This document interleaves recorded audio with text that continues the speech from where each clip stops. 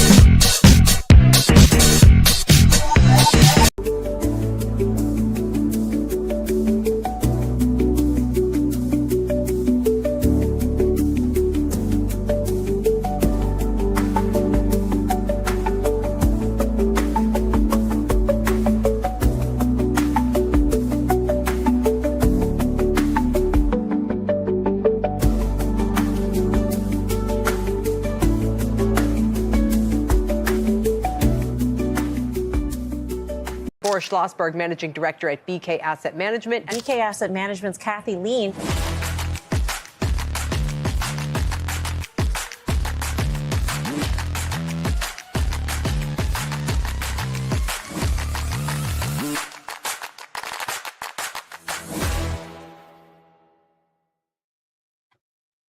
Hello, everyone. Good morning. How are you?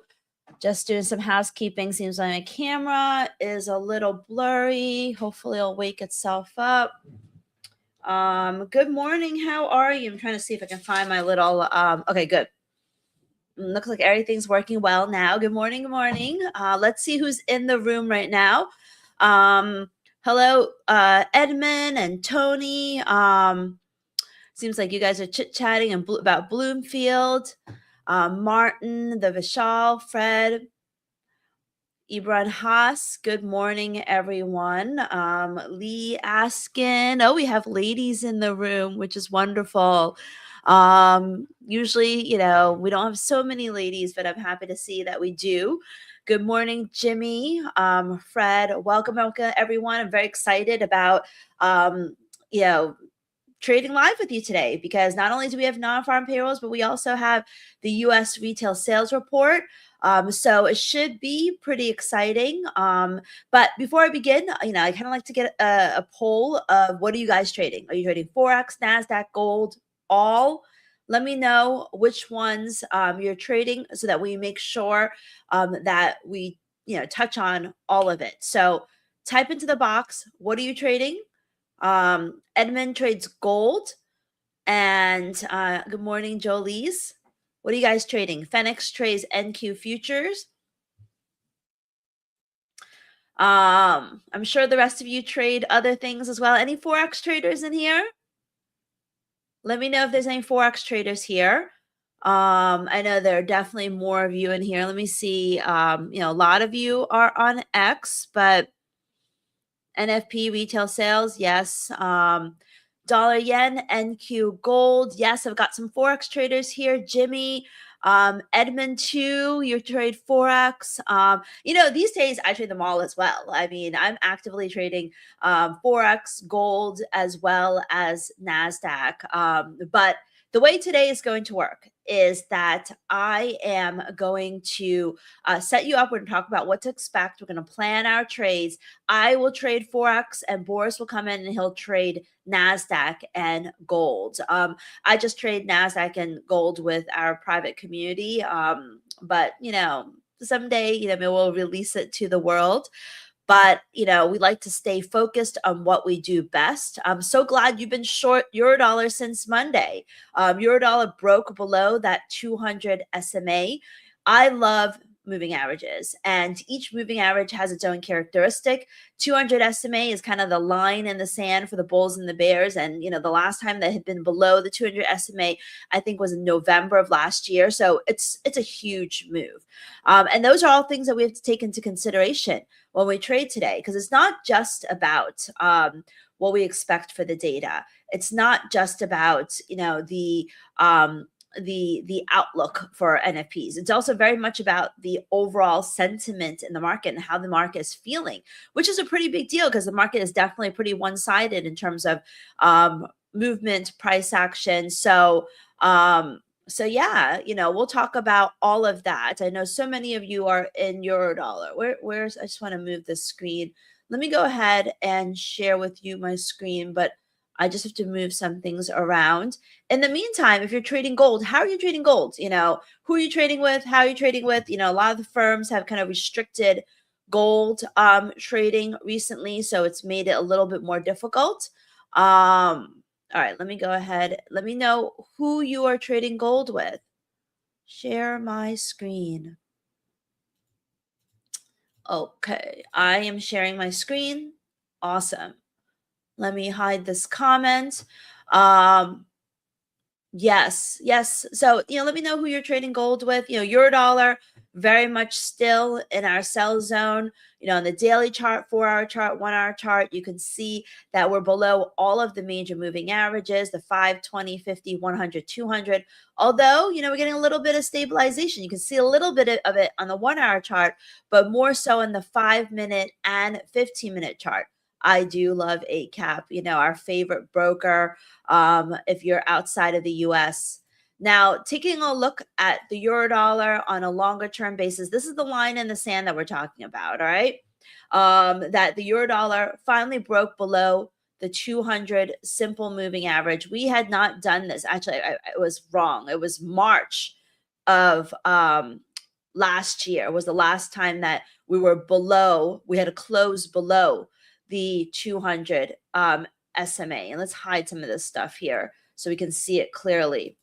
And the last time before that, where it was a close down, was in November of 2024.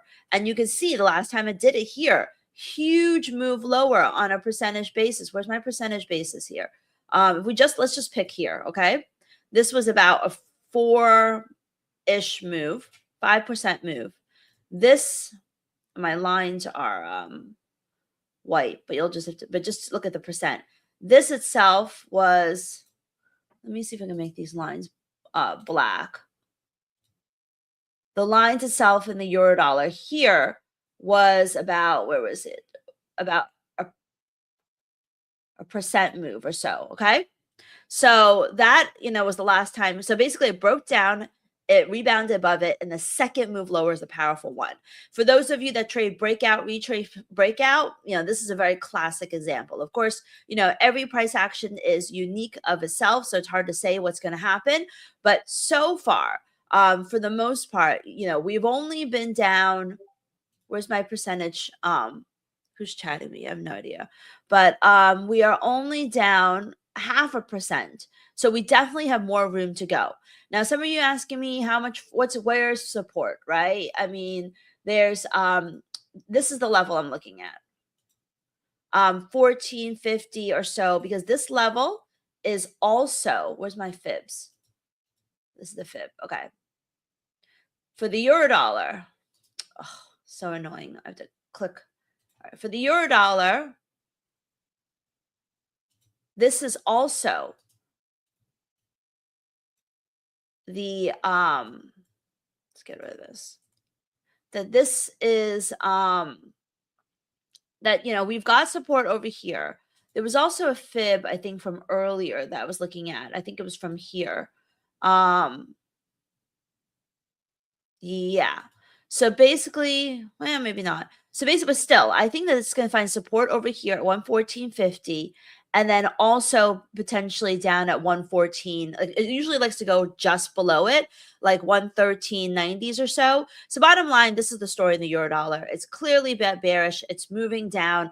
Now, this does not preclude the fact that it could bounce and up to 116, maybe 30s, 40s to this fib retracement, and then get its next leg lower. So euro dollar is, definitely in a kind of bear mode right now, even though the fundamentals aren't, the fundamentals are kind of mixed. So it's really hard to tell, but I do use fibs. Only when moves are extended do I really like to use fibs. Anyway, we're here to talk about non-farm payrolls and retail sales. So the first thing to do, because we only got 10 minutes left, is first off, take a look what is expected.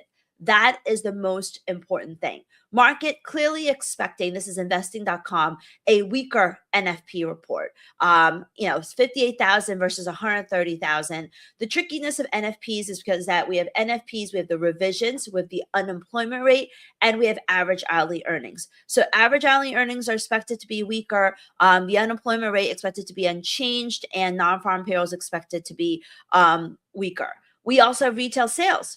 Retail sales expected to be weaker as well in the month of January after the kind of Black Friday holiday shopping.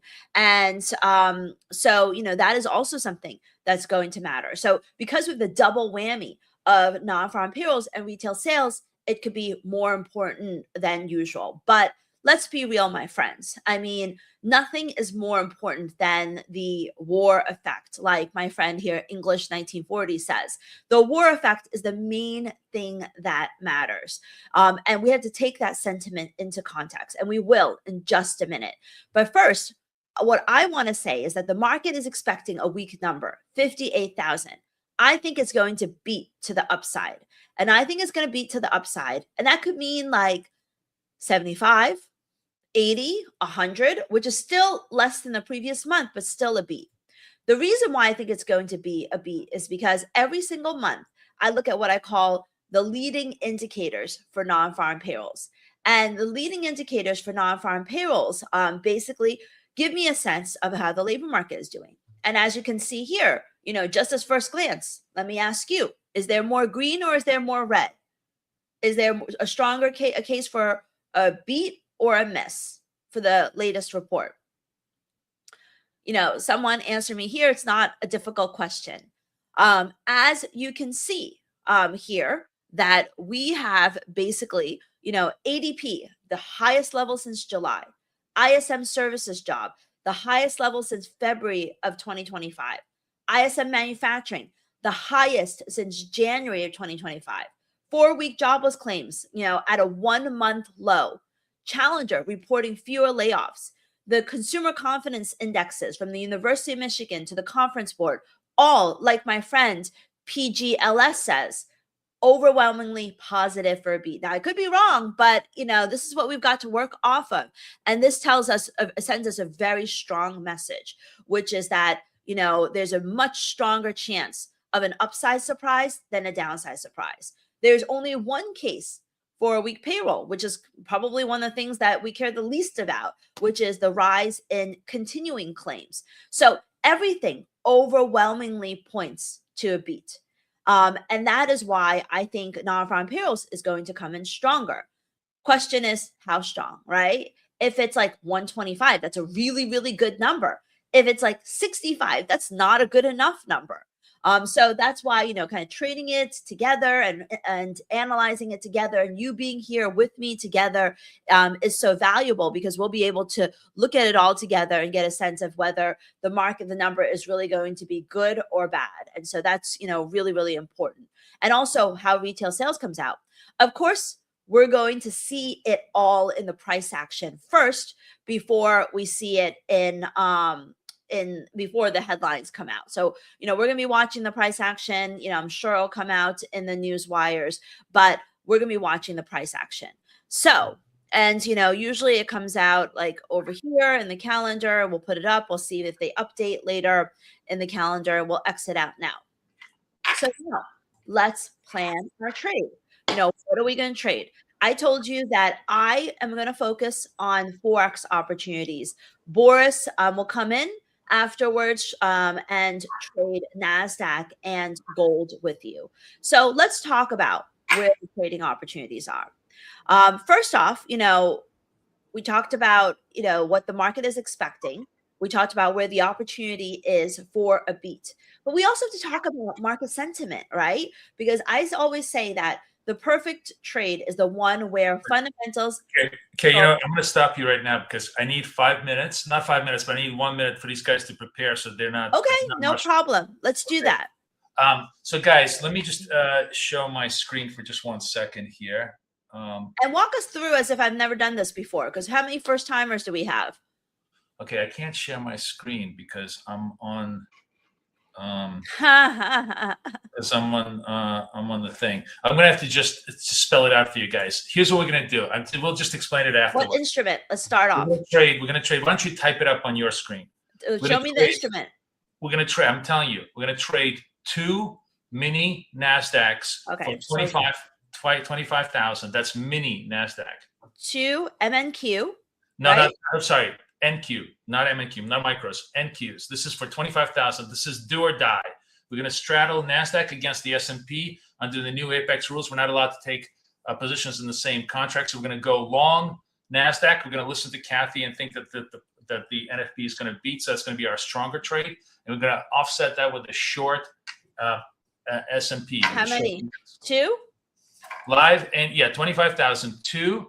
We're going to short, long Nasdaq, 157 ticks. 157 ticks in Nasdaq, no stop. Okay. Target, right? Yes. Okay. If you're doing 50 contract, just double the size of the contract. So go 4 NQs instead of 2 NQs. So are you saying go market now? No. So what's the order? We're going to go market literally 15, 20 seconds before the market opens. And then ES, I'm doing how many ticks? Short 2 ESs. No, sorry. With the ES, it's going to be short 3 ESs. We have to go through short 3 ESs because it's a different ratio. And it's going to be 41 ticks target, no stop. So if you're doing 50,000 contract, if you're doing $50,000 account, then do 6 ESs. So if you're doing 50,000, it equals to 4 NQ long and 6 sure. S short. Right. Okay, So- so this is Boris's game plan. So lock that in your brain. All right, I got 3 more minutes. So what am I trading? All right, I talked about how market sentiment is very important and how stocks futures are, down. Market is clearly risk off. Oil is up 6%. Gold is flat. We can talk about gold later on. We're not trading gold this morning. My favorite trade is actually dollar CAD right now. So if we get a weak NFP retail sales number, I am going to sell dollar CAD and I'll call it out to you. And the reason is because first off, it would be a negative dollar number, but we got oil doing so well. I have triple zip sell signals in dollar CAD, and let me pop back up my zip plus SMA. So I got triple zip sell signals in dollar CAD, 1 hour, 4 hour chart, all negative. And then so that's my favorite trade. I'm also going to consider going short euro yen. So we're going to put all of these on our charts. We're going to put that. We're going to put dollar CAD there, which is there. This is my weaker NFP number. If we get a stronger NFP, my favorite trade is going to be long dollar Swiss. I really like this long dollar Swiss trade. It's, we obviously, the green, the white candle with the green outline is the buy signal. So we had a buy signal earlier this session. So I really like that trade. And then, we'll have Eurodollar up here as well. I'm going to remove this just because, I'm still, we'll see if Eurodollar plays out. But if we get, the game plan is we get a weak NFP, we're going to sell dollar CAD and consider selling euro yen. I'm going to pop the calendar up. Whoops, not that. Let's pop the calendar up. We'll see in the price action if we get a strong one.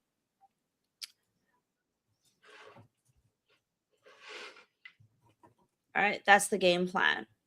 Okay, so let's see. And usually, we do 20 stop, 20 target with these setups. We'll see if we get any action here.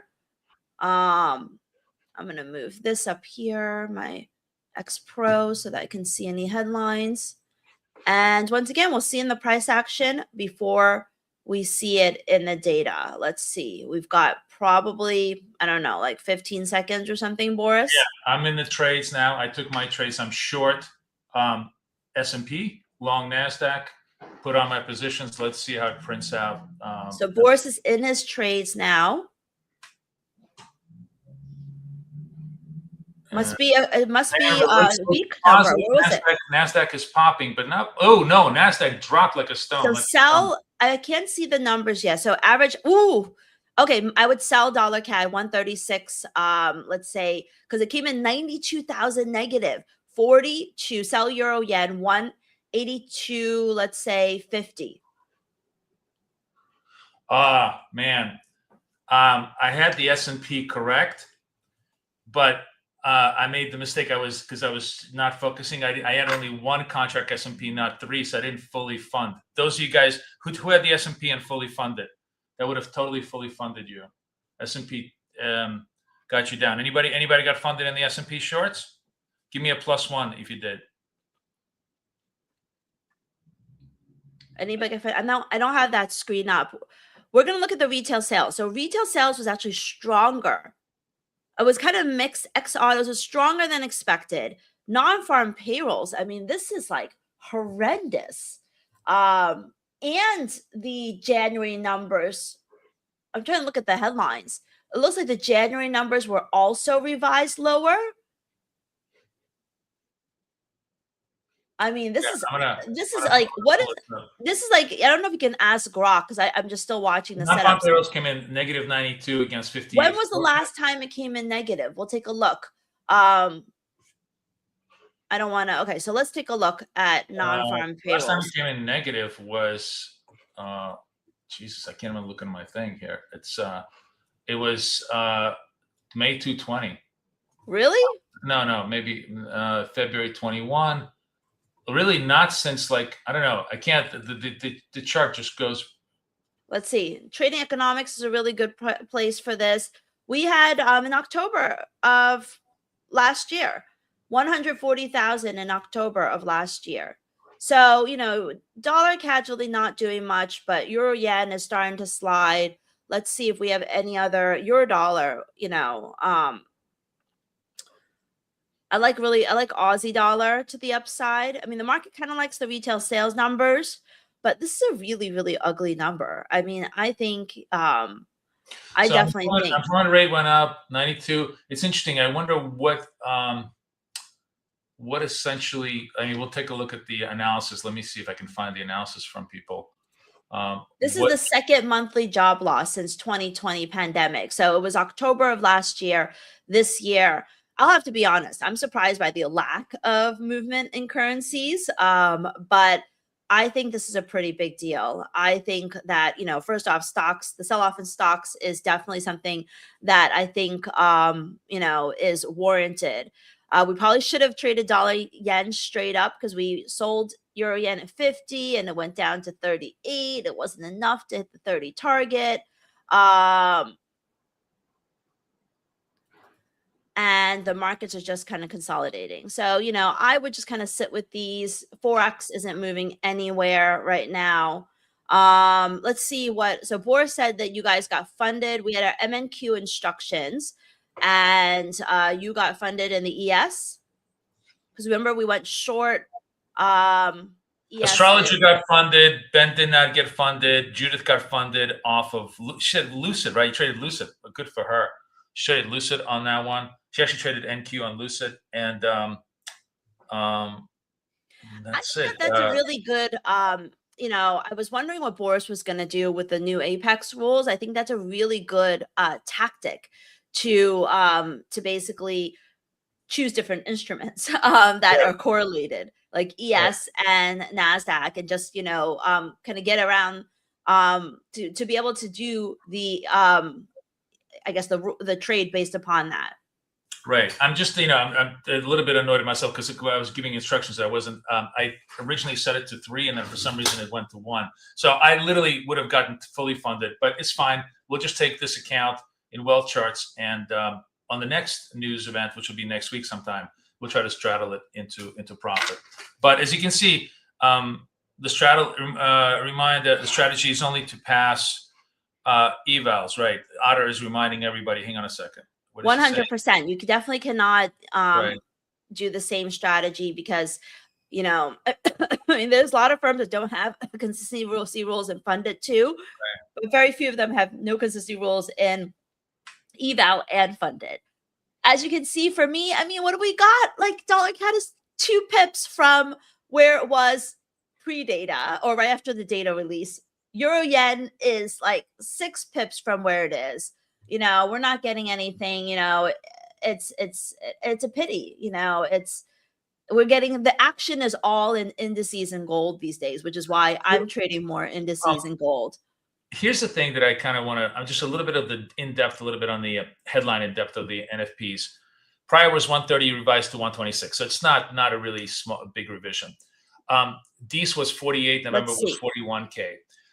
The thing that's interesting here is that average hourly earnings rose 4 against 3. So income actually continues to rise. People who have jobs are doing well. People who are out of jobs are having a hard time. Is sort of where this. But at the same time, it's really, really hard to imagine a positive scenario when you've got 90,000 job losses. This was horrid. I'll be first to say I was completely wrong. Right. I will say this, that because of the AI, because of the incredible skew in the economy, I think what's happening is that people who have a job are being more productive, getting paid more money. People who are out of a job are having a very hard time because there's a lot of gates now in front of like all the basic frontline, easy to get sort of junior jobs are being basically taken by AI. So I think part of the problem is this. Also, a very big issue, or not an issue, whatever depending on how you look at it, is that the Trump administration has been assiduously trying to reduce government employment. Huge amount of Biden administration's employment growth came from government jobs. As government jobs go away, by the very definition, jobs are going to be more productive.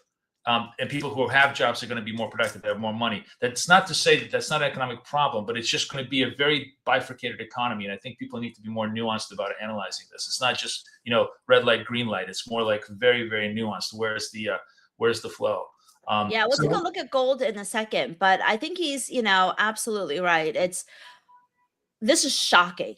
And the question is, what does this mean for the Federal Reserve? I guarantee you that those Fed fund futures have completely shifted and, are probably pricing in.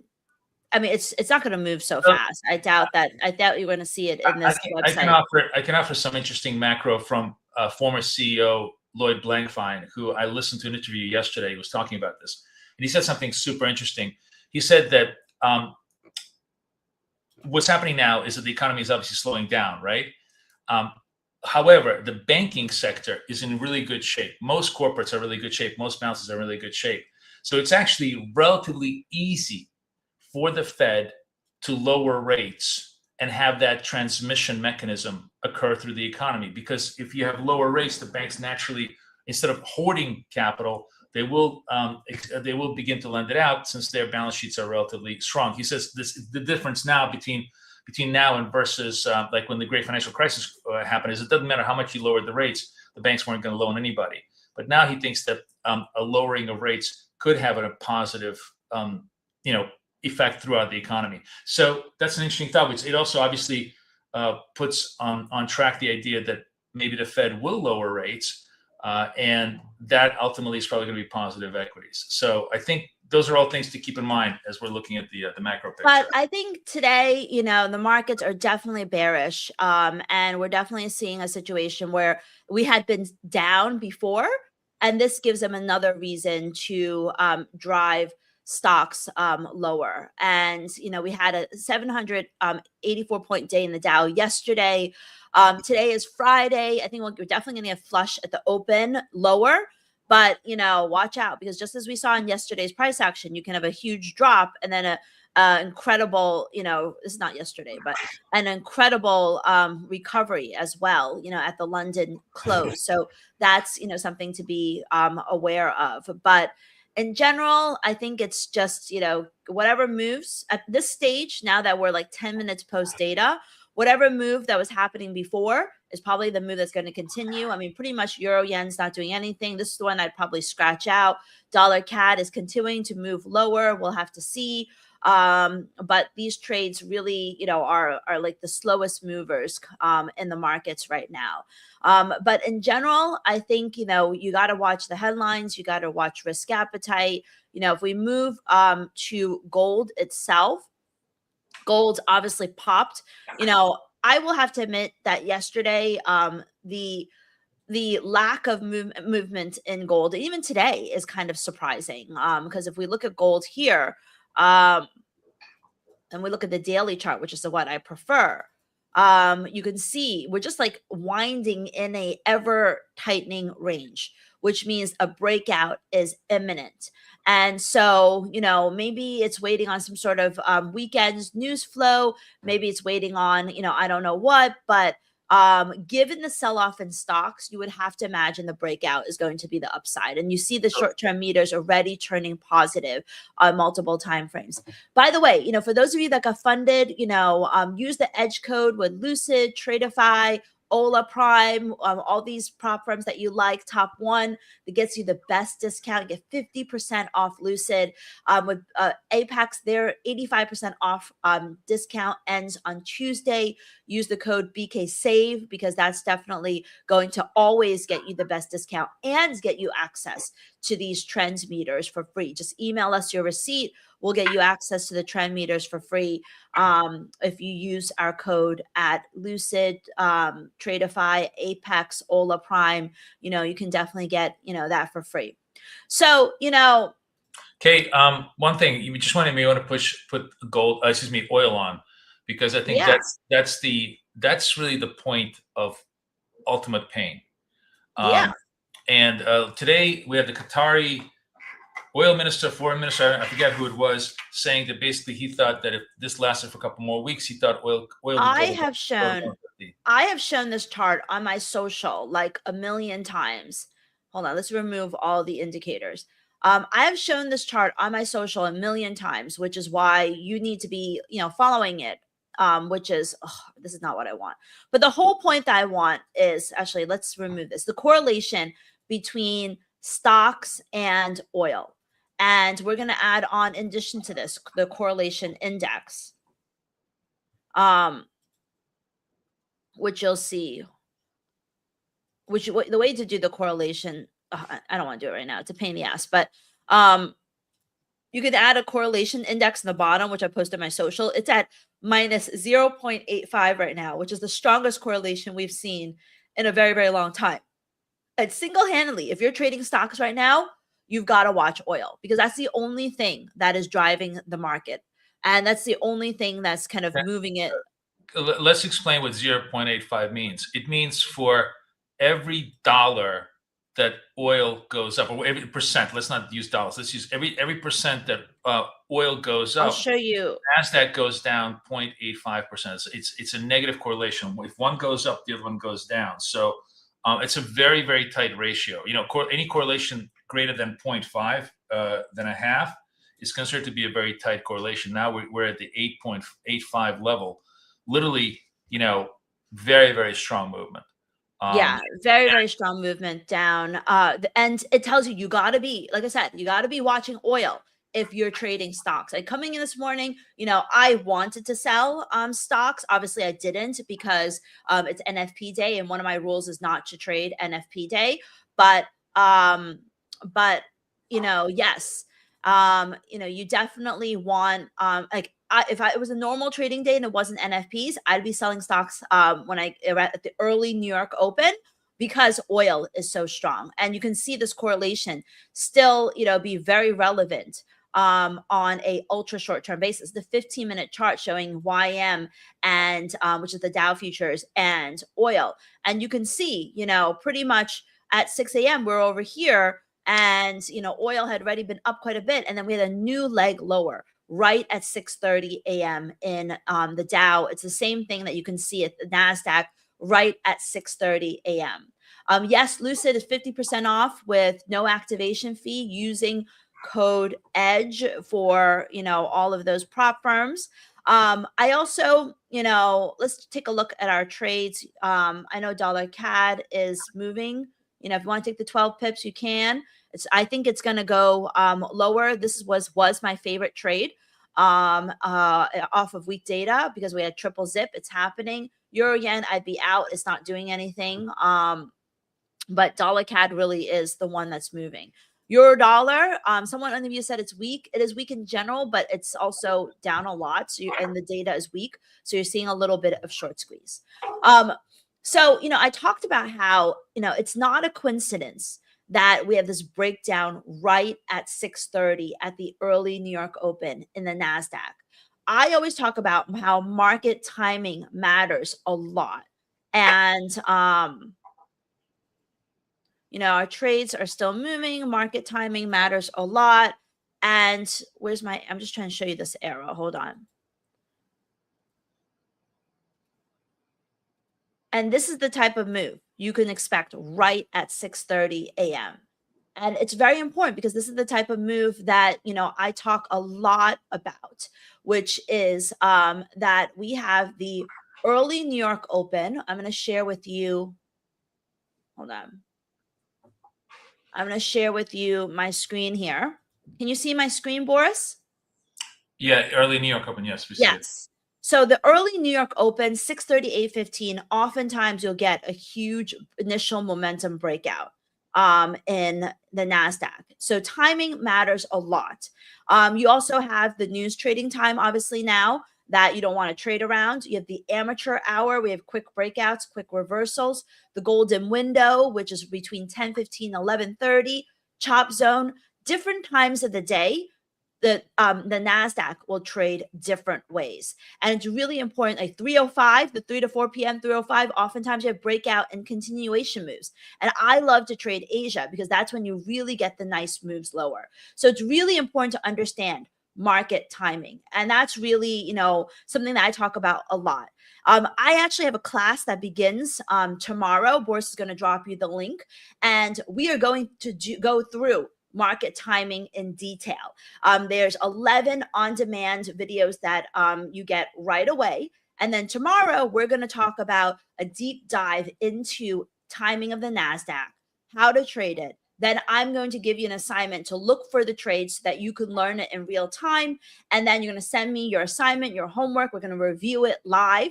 And then next week, we'll do the same thing with gold. We'll examine gold in more detail. We'll walk through the exact market timing on how gold behaves. Then we'll get into Forex, and then we'll put it all together. And in this, 4-week VIP training on market timing, we're going to go very deep. You're going to, get hands-on, and, you're going to be able to talk and share your charts. So it's really valuable. I'm never doing this. I've never done it before for market timing. I don't plan to do it again. I can't make a promise of never. So definitely, check that link out that Boris will add into the chat, because the market timing course begins tomorrow at 9 a.m.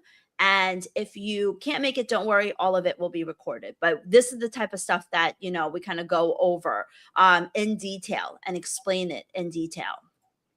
All right. Let's see. What else? Any other questions?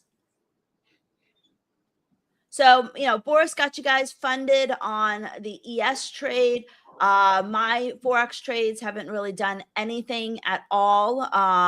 Although, the dollar CAD, has moved lower. And I think this is just indicative of how, there's a lot more opportunities these days in some of the other instruments, even dollar yen. The other way to trade this, I like to trade news, is that I like to have the news candle that we kind of draw on the 5-minute chart and see if we get a breakout to the upside or the downside in dollar yen or the euro dollar. I don't know if we're actually going to get it, but let me just go to dark charts. This is what my line's like. But we'll have to see, either breakout of this news candle in dollar yen, or this news candle on the bottom, or in the euro dollar. If we get a break of the 5-minute news candle, that could be the real trade opportunity of the day. But hopefully, some of you, sometimes, we can't always know what the market will give us, but we'll see. Oh, yes. I'm glad to see you tomorrow, Miguel. He's in my class. Droopy's in the class. Awesome. If you haven't received, you should have received the link, Martin, but email me at Kathy@bktraders.com. I'll get you the link. Why is Eurodollar not moving down? It's because it is starting to move down now, but it's, the data is weak. I mean, that is why. So sorry, you're asking why is Eurodollar moving down? It's because the Forex market really, it's sometimes we get a lot of action, but because we have the tug of war between the retail sales and non-farm payrolls, I think the market really doesn't think the Fed is going to cut interest rates early because of the inflation factor of higher oil prices. Whether or not that's true remains to be seen. But also Nasdaq and gold is much more interesting. I mean, look how trending this move is here in Nasdaq. And I'm gonna have a great strategy to show you in the VIP course that we go through that will show you how to trade it very effectively. Any other questions? Great, Donnie. I look forward to seeing you there. Boris, you put the link into the chat box? I have. Yes, great. Yeah. There it is. And classes start tomorrow. So I'm very excited. I love my hands-on training sessions. So those, are always really fun when I get to hear from you guys too, because I learn a lot as well. All right. I am going to, yes, it'll be a recording. If you can't join, you'll also have all the on-demand courses, and you'll get the slides and everything. Yeah, guys, go out there. I think this is last day, right? The course starts tomorrow. Yes, it does. VIP session. So if you want to lock it down, it's also, going off at the lowest possible price we can do for you. So go out there, lock it down, please, before you get it, because you're going to get hands-on, basically hands-on training with Kathy on exactly how she trades every one of these sessions. That alone is going to improve all your strategies tremendously. She's being very modest, but she's really killing it actually on a lot of the evals behind the scenes. And the same kind of strategies that she used for herself, she's going to be sharing with you guys. So make sure, if you haven't signed up, we have already lots of people signed up for the course, but those late stragglers, this is your last opportunity. So please give it a shot. Really, really worth it. So thank you, Kay. Thank you for all the trades. Good job. Kathy's the GOAT. You are the GOAT, Kay. Yeah, and Euro Yen is finally takes patience, right? Euro Yen is finally moving lower. I don't know how much more we get, but if we break this candle low, though, it's going to be a pretty big deal. I feel like the futures market is hyper. I'm trying to okay, futures market is New York City, and the Forex market is LA. That's how I want to say it. In a sense that the futures markets will react before things even happen. They just anticipate the worst and the best. And LA is very, very slow, mellow, and calm. But when it does, it finally moves in that direction. That's how I think the Forex market is. So you just give it a little more time. Yes. Anyways, guys, thank you, Kay. Thanks. I'm gonna change screens around, get everybody organized, and we'll get organized. Okay. Thank you, guys. Sounds good. Bye, Kay. Bye.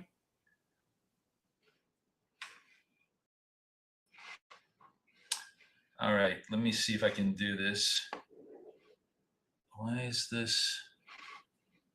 Why can't we? Oh, what's going on with my view here? Hold on. Why can't I see my view? Oh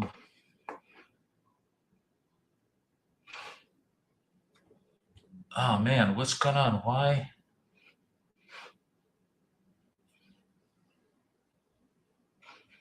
is my view not coming on?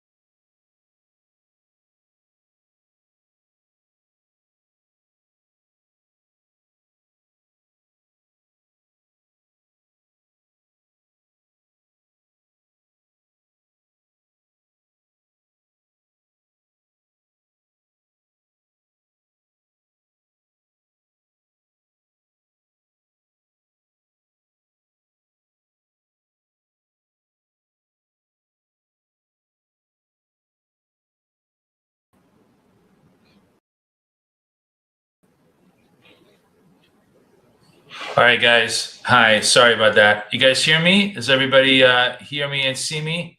Give me a sound check. Give me a vibe check. Give me all the checks here.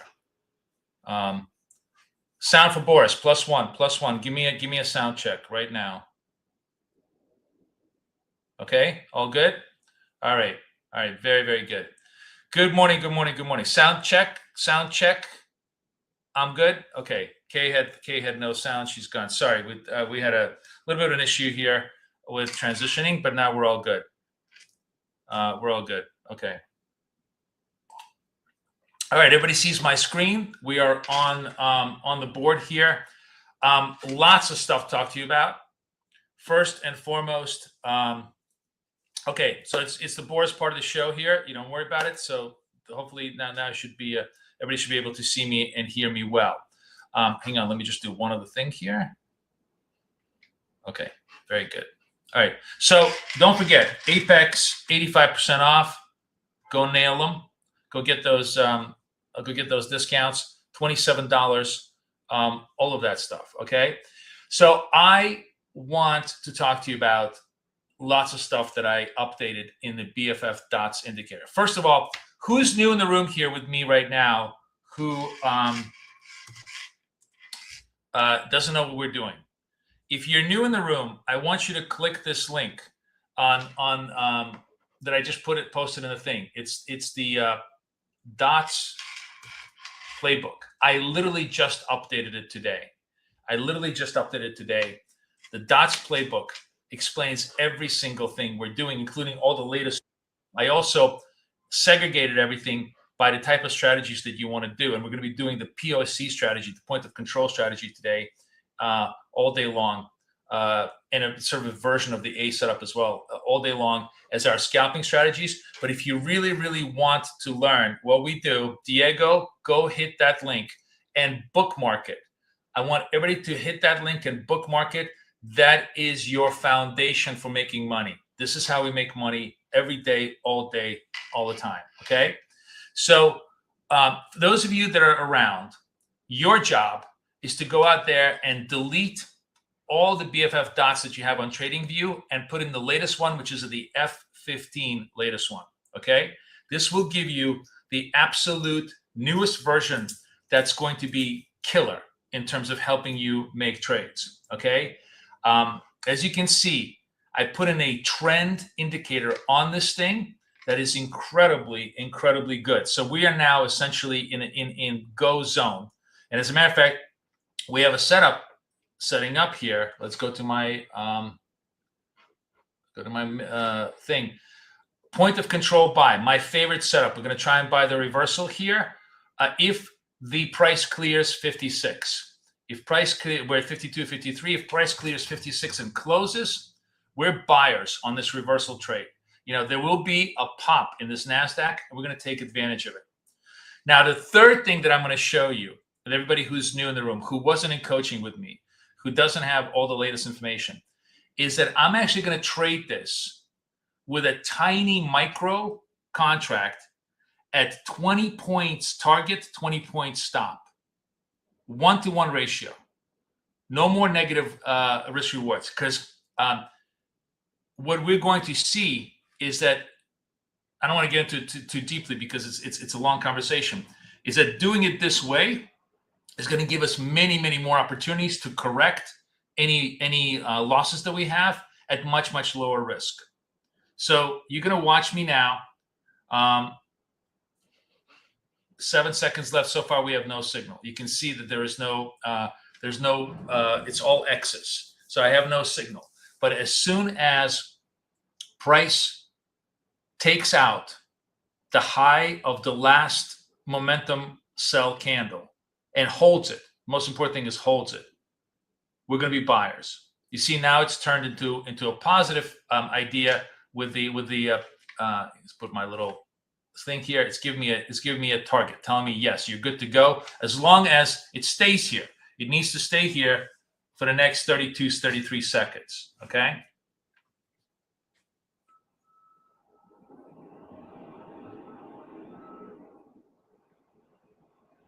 Goes away, no trade. You're just staying very, very patient.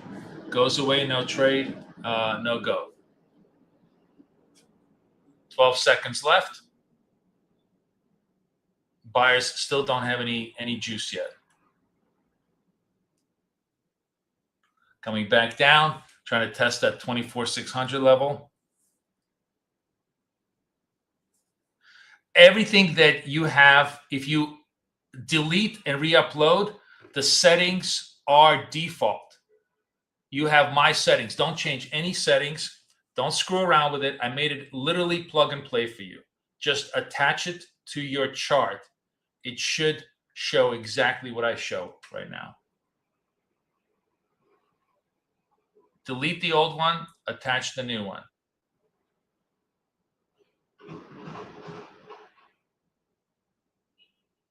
So far, sell is still in control. We have a momentum sell trade right into the session lows. I'm not about to sell the lows, but I'm going to wait patiently for a reversal trade. 6, 7 seconds left. Still nothing to go.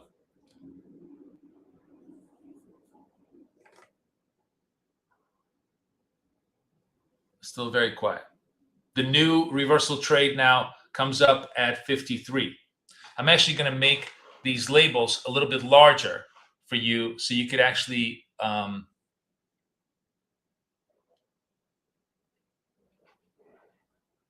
you can see them a little bit better on the screen. See, it comes up a little bit larger now. You guys can see those labels on the thing. The chop label is the new indicator that I'm going to discuss as soon as we do some trading. It's too complicated for me to get into it until we get into a trade. 21 seconds. We have a signal, needs to hold. 17 seconds, price needs to stay through the 53 level. We're at 58, 59. I'm going to go long my 47 account if this holds.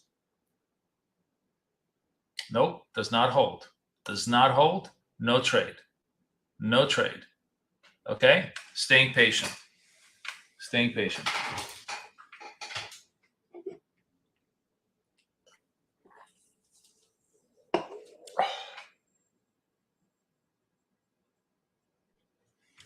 All right, now it does hold.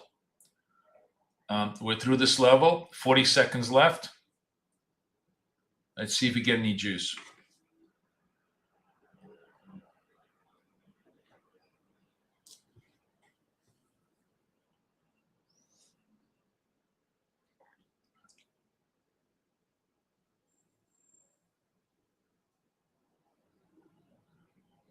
"17 seconds left. We got to hold the 53s.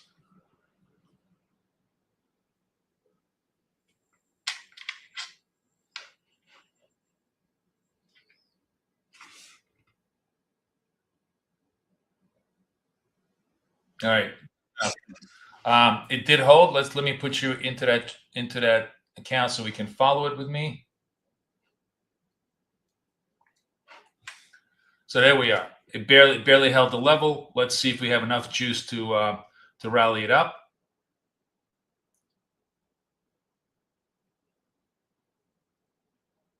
And if we don't, we don't. We'll rotate the account.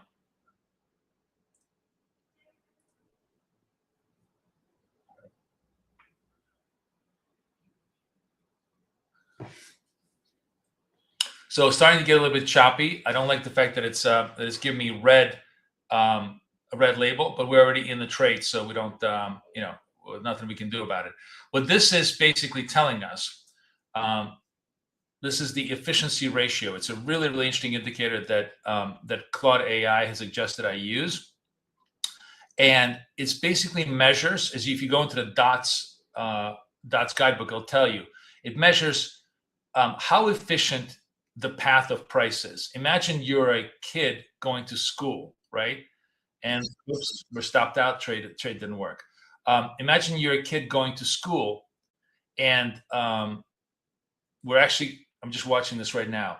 The fact that we failed here tells me we might have more downside price action. So I'm going to watch the momentum signals, and we can increase our size to double, see if it works, or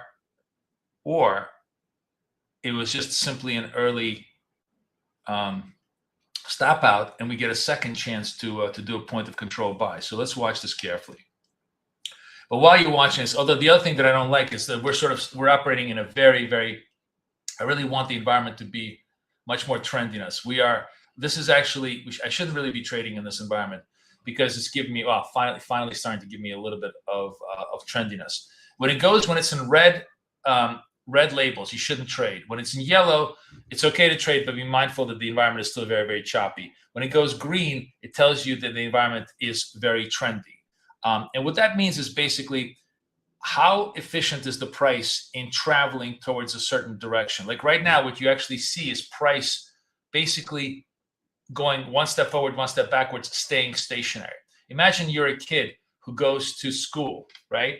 And there's 100 steps to your school. So where's my, these things are all like, okay, 18 seconds. I have a buy here, 59 on the reversal. So we're going to try and see if we can take this buy if it holds. Does not hold. Does not hold. Point of control buy does not hold. Fine. Still a very, very choppy price action. Not a lot of directionality just yet.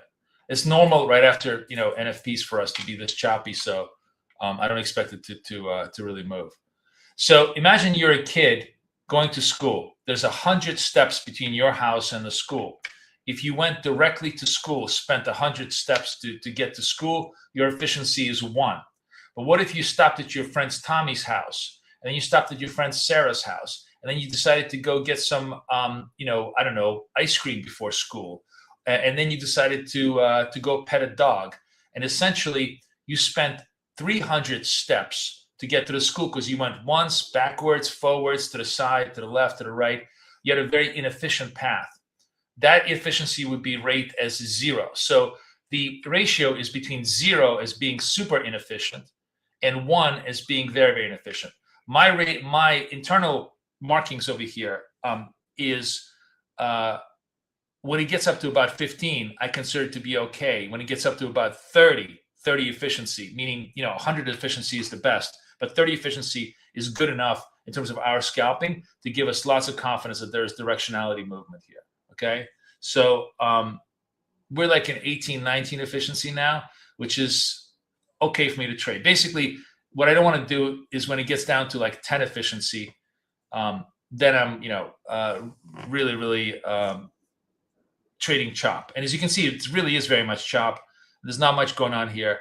It's very, very typical post NFP price action, but I think it's going to burst. And when it does burst, it's going to give us lots of opportunities. This possible. I'm going to give myself one more time here to see if we could trade the reversal, the point of control buy at 54s if it goes, or if it hits momentum sell, then I'm going to be pretty confident it's going to want to take the session lows. So whatever is happening, let's just see if it starts to develop and starts to build up a little bit of directionality. Right now, it's building. You can see it's literally almost at zero effectiveness. It's at 1, 2 efficiency.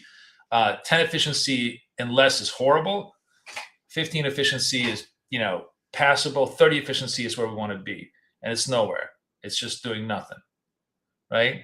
So you can see how all of this is helping us inform our trades, or at least inform our desired take trades.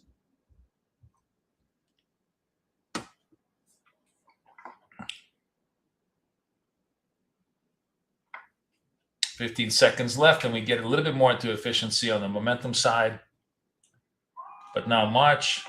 8 seconds left. I'm going to take this trade, even though it's kind of very ugly, because it is giving me a momentum sell, and I think there's a reasonable chance we try to go down to the session lows, but it could easily, just going to move my target up a little bit, see if I could, and I got it done. So here's what I want to show you in terms of why my sizing is so much better. Oh my God. FDNY, shut up, please.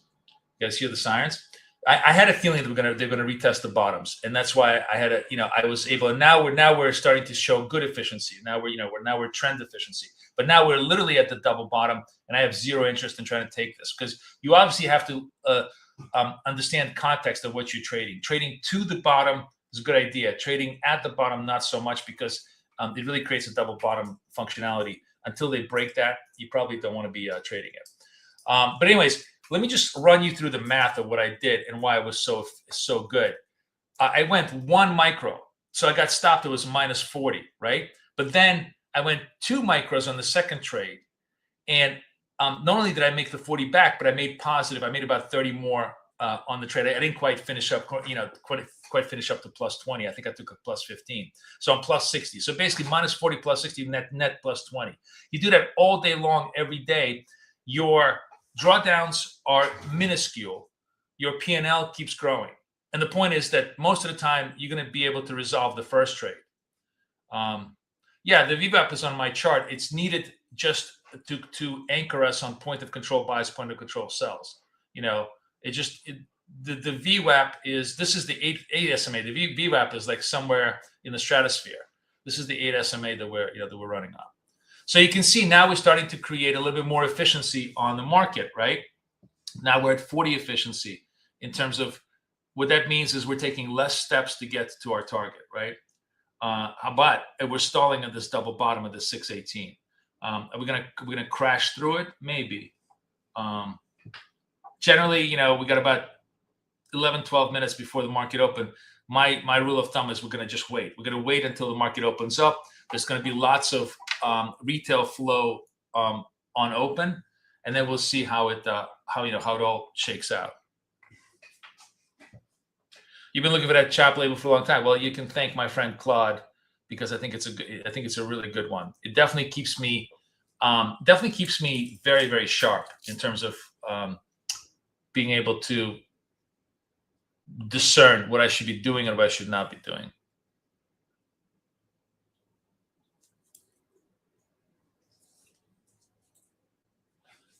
Yeah, I think Kay is going to send out this link for VIP trading. Definitely has been going to send out again. I think she's got the emails ready for everybody who's interested.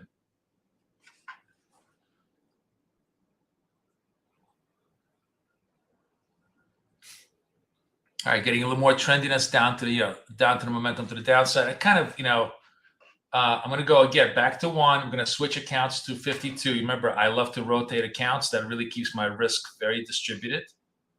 So 34 seconds left. This trade takes out the lows, closes through the session lows. Momentum sell is 13. We're at 23, so we're nowhere near. But if we can break the 13s, I definitely want to go momentum to the downside. So I hope you guys really like this. This is a very, very advanced, really, really clean scalping structure within dots. The only thing that's left for me, which is going to take a little while, is I'm going to make videos explaining every single setup, the logic behind every single setup, and I'm going to embed those videos into all the sections in the dots playbook. But that's going to take a little while to kind of organize. But I promise you I'll do that. Because people have wanted like a visual explanation. What does it mean? How does it work? Like here's the line.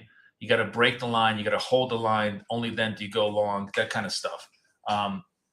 It's a lot easier if I show it to you than if I'm just talking about it. Of course, those of you guys who are watching me live can kind of get it, but it's a lot easier to watch it on replay, as a perfect setup all the time. The playbook link is right over here. I'm putting the link into the chat. Looks like we're reversing. Okay, so I have the reversal. The reversal trade is at 34. So 52 seconds left. We reversed the 34s. We're going to go back again into the 52 account, see if we can really hold the reversal. But it's got to hold the 34s. 40 seconds left. Still a long time. We'll see if it's a true reversal, if it's just another shy buy. Market's starting to really short cover a little bit.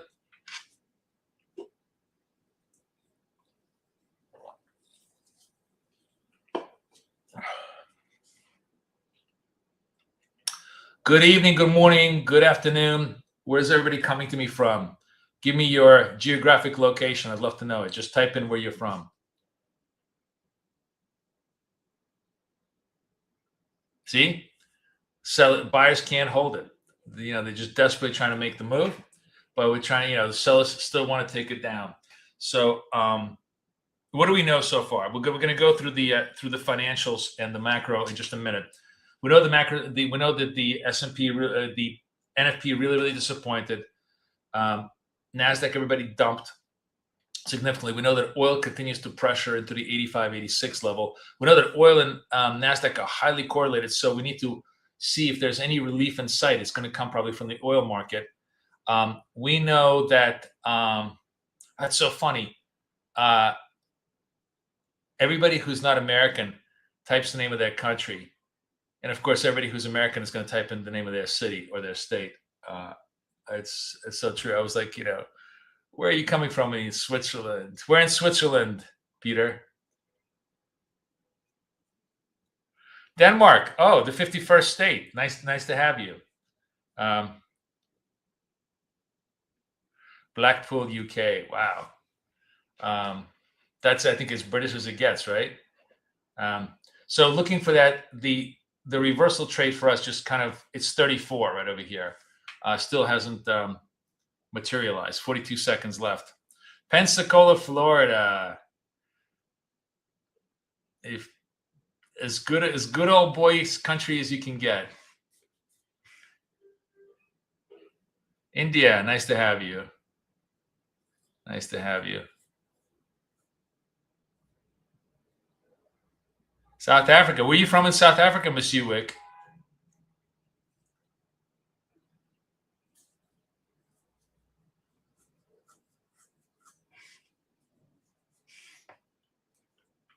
7 seconds left. Still not, we consolidated, holding down. 3 seconds left, but we got it. We got to buy. We're in the trade now. Went through the point of control buy. We got it, hopefully quickly reversing on us, which is pretty typical. We're, one step forward, 2 steps back. Actually, I wasn't really looking. Shit, look how terrible the chop is. We're really not making a lot of progress here. But now we're in a trade. We're just gonna have to hold it. Let's see if we survive it or it stabilizes. It technically it does look like we stabilized a little bit here. We're now this is the consolidation zone. So maybe we start showing a little bit of trendiness as the longs have a chance to resume their position. Let me get a little bit bigger here on the charts. I'm going to center the charts and widen it out because it's all so crazily compressed. You guys can see it on the charts. You can follow it right over here on the side panel over here. I'm trading this account right now. So let's see how it goes. Now, the buyers have zero power right now.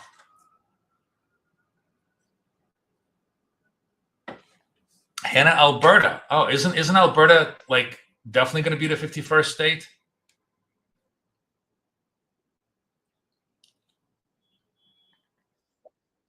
We stopped out on that trade, so we will. Johannesburg, nice to have you in house. All right, stopped out on this trade. Let's we'll look for the next setup. We'll see if we can repair this move.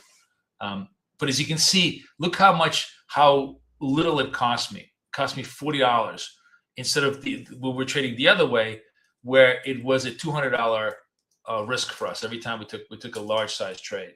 So just much better structures, especially across all these multiple accounts, where we can run lots of different trades here. Matter of fact, what I think I'm going to do, given the fact that it's very choppy, very ugly, it really doesn't really behoove me to want to try to resolve this in this account. So we'll move to the next account and just simply stay at one lot and look for the next possible trade. Excuse me.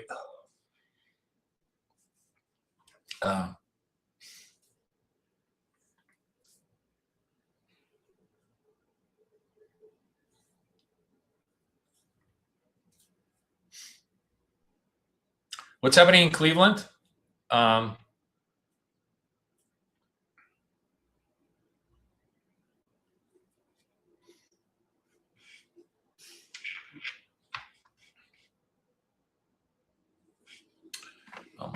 trying to get my camera a little bit.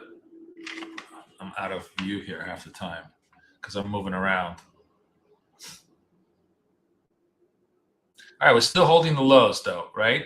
So really not a look at the DER indicator. It's basically just all red, all toxicity for us.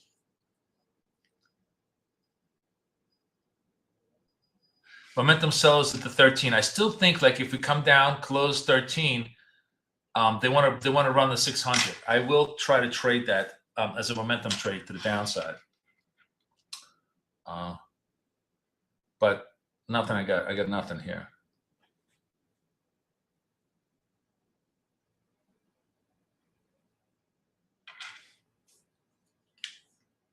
Really typical post NFP, chop price action. Although, look, now the buyers really come back. We're going to give it one more time.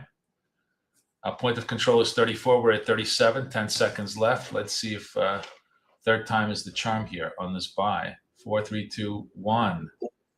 All right, we're in here. Target is 58. Stop is 18. Let's see if we get any kind of movement on the reversal. So to sort of summarize why we entered the trade, because, oh, sorry, I'm in the wrong one. God damn it. Sorry.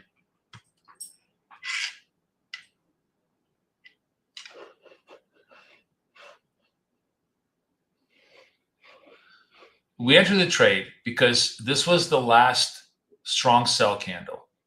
The high got taken out and held.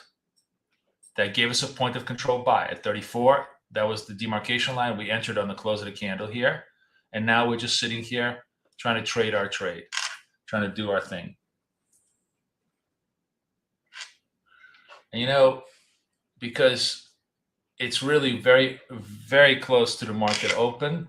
I'm just going to try to see if I can take a short. Although, look at that. It's really trending towards me. It's starting to get a little bit more. Did I get it done? Yeah, we got it done. So I took half size. I took half target instead of full target because my rule of thumb is I never want to trade after 9:15. There's 9:22. But this was a good opportunity. So we took it. Everything lined up in our favor. And we're ready to go.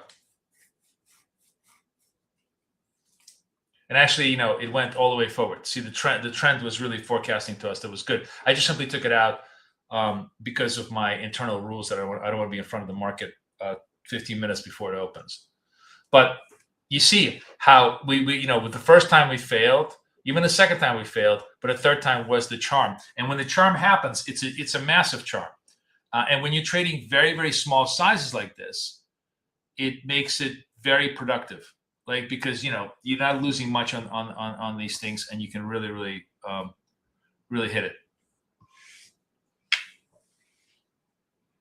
So this is hopefully going to be a very, very useful tool in our arsenal of analysis in terms of working out. Now we're coming up to the market open, 23 minutes, 7 minutes before the market is open. Guys, I'm going to disappear for 2 minutes. I got to get some water because we're going to really trade hard into the open. So I'm going to get some water and I'll be right back because we're not going to do any trades for the next 5-10 minutes. Just hang with me. Hang with me.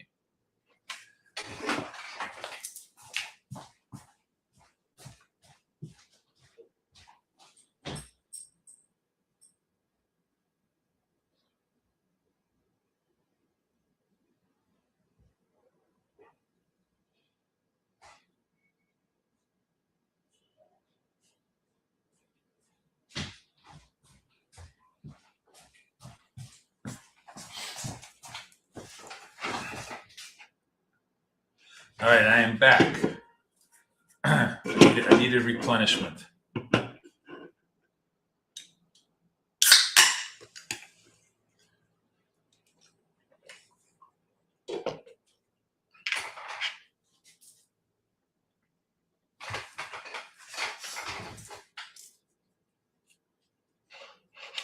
Okay, so story so far. It gives us a chance to let's see what the macro gods are saying.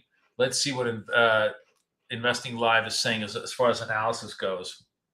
Does it have any analysis?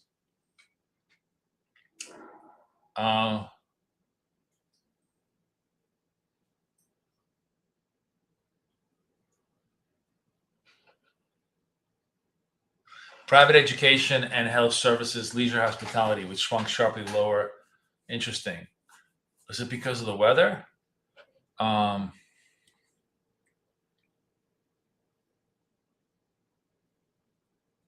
Private services were very, very negative. So retail trade, wholesale trade, financial activities, professional business services. Construction was also really bad because I think the weather was horrible in the Northeast. Manufacturing was down. That's kind of interesting. And leisure and hospitality. Wow. Private education and health services. That's not a surprise. Those are literally two of the most socialist sectors in the economy. Really, really bloated. It's a blessing in disguise, in my opinion. There was some weather issues. There was some strike effects of around 30,000, which will come back. Perhaps seasonals are tough, especially in the aging population. Immigration virtually stopped. Maybe started to show its ugly face, but overall the number is much weaker than expectations. Market sent the yields with 10-year down 2 basis points to 425. The yield was up about 2.5 in pre-market trading. If stocks have moved to the downside, 17. Nasdaq 334 years lower, not rebounding. Okay. So not really a lot of interesting stuff.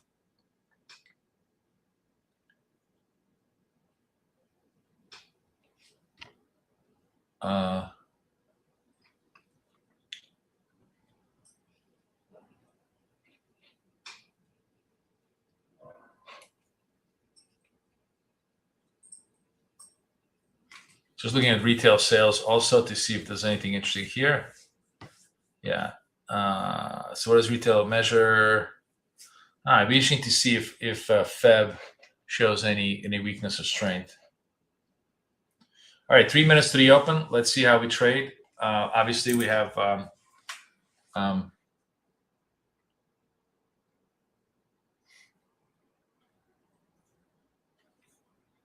lots of market on order orders. Yeah, I'm trading 2020. I traded it all day long yesterday. It's the money shot, figuratively speaking, because it's just it gives you almost the same yield of profit for literally 1/5 the cost, right? Now you're not going to get the same expectancy, and I get like 80% expectancy, but it doesn't matter. You don't need it because you can do follow-on trades.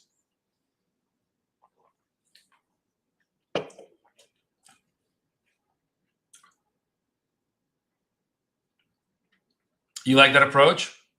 We talked a lot about that in the in coaching yesterday. So we have counter trend buys. By the way, when trend is green, the counter trend trades are very, very good. The only reason I'm not taking any of this stuff right now is because I got market open. But we'll see. I'm going to trade with you guys for a while today because it's Friday. We can totally chill out. I don't think I have anything on my schedule. So we'll hopefully try to put this in to good use the whole time. Just sort of a side note, I traded a little bit more of my my idiot ES account, which I needed. I needed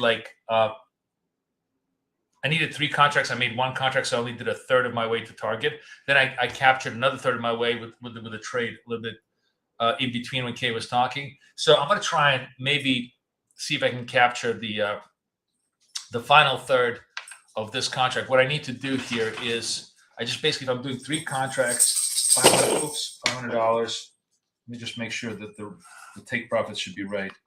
500 divided by 3 divided by 50. It's only, really?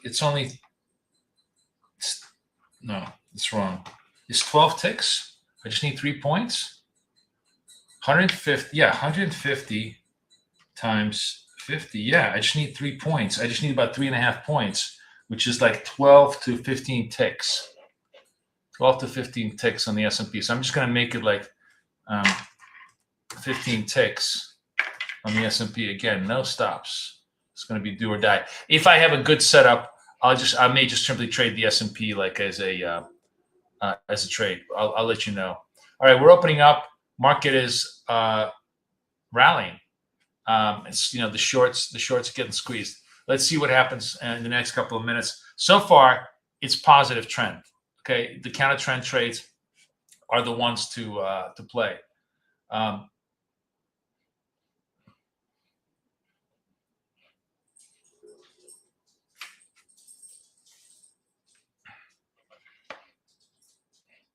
Now, so this is holding the 87. This is telling us if it closes through 87 or higher, you have a counter trend buy here. Oops, just disappeared. 13, 14 seconds. Now it reverses on the New York Open after the initial retail flow goes away, and now we see what happens. I want to be in the next account. What's my 54? After 54 is 56 account. Actually, you know what? What we're going to do today? Let's trade my other eval. Let's trade my 289 eval because I've been trading that just essentially in a continuous manner. And let me trade that with you in a continuous manner. Let's do that. We'll leave all my funded accounts alone. I'll trade it myself a little bit later. But this will give you. I'm going to take every possible trade I can with the proper ratios and proper signals, and hopefully you guys will see what I mean about my my money management techniques. We'll just focus on one account and try to resolve every trade we possibly can on this account. So right now, nothing's setting up for us. It's a mixed picture, but it's not red. So there is there is some trendiness in it. 4 seconds left. The counter trend buy is at 87. The point of control, trade is long gone, and the momentum sell is all the way down to the 13. So we have a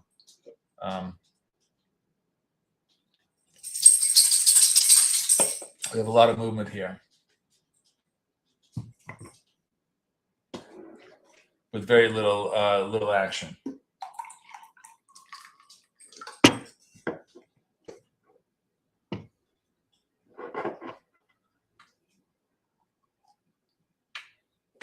And if you think about this, here's the little schoolboy, right? He starts out, this is the school. He's got to go there, but now he's going backward to go visit his friends, and that's why the thing started turning red. Now we're starting to really move up. Counter trend give me a big signal on the buy side. 6-7 seconds left. 3, 2, 1, boom. Oh, I'm in the wrong count. Damn it. 88. Shit. Bye. Fuck. All right, we're in the 88 account. That's the account that I blew on the long Nasdaq. Sorry. So this is the eval account we're going to trade. This is actually good. This is the better eval account. And boom, boom, boom. You see that? Super fast. $40 to the good in less than a minute. That's exactly what we want to see. Counter trend signals continue. Starting to push a little higher. The DR is still giving us a relatively decent efficiency ratio, so may want to try to see if we can trade this again.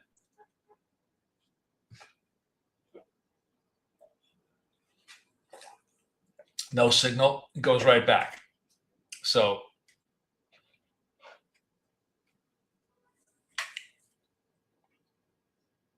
very useful little tool, right, in terms of telling you if there's continuity or non-continuity.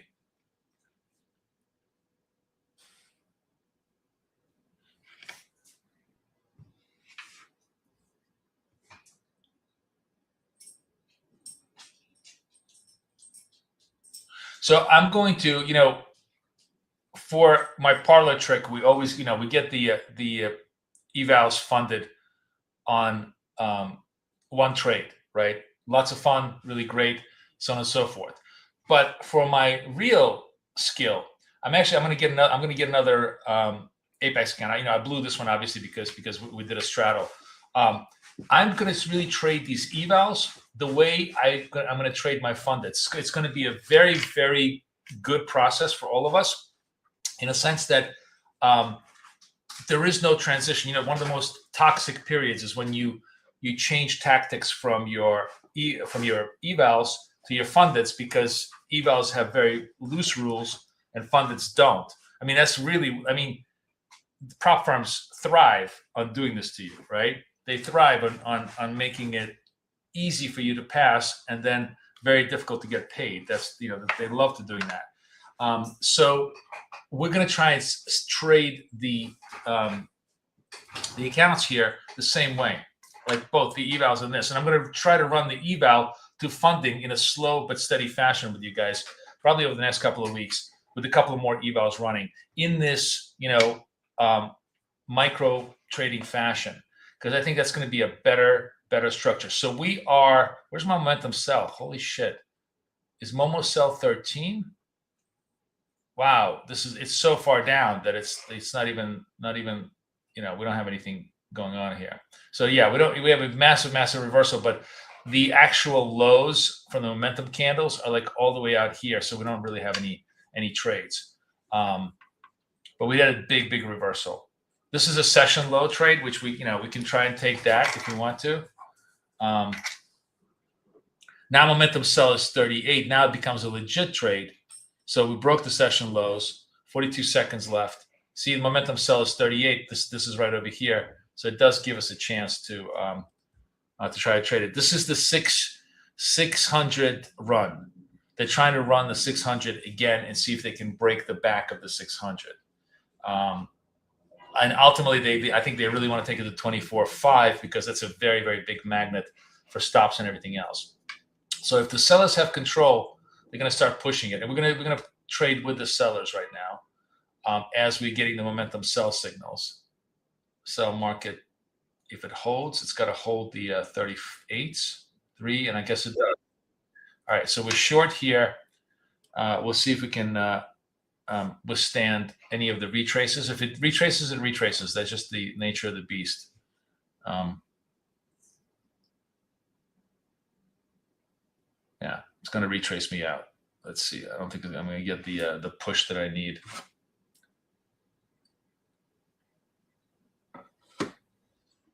Yeah, we just retraced that because lots of volatility. That's always the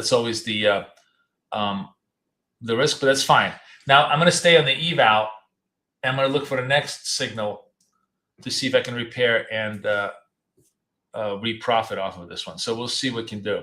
If I get a push lower here through this 11 level, I definitely want to take it.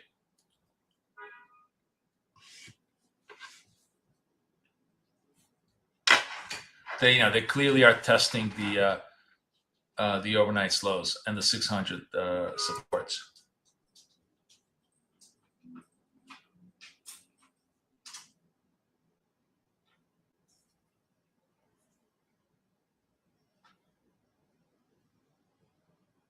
Yeah, Sandy says that he's kind of following the same rules of just trying.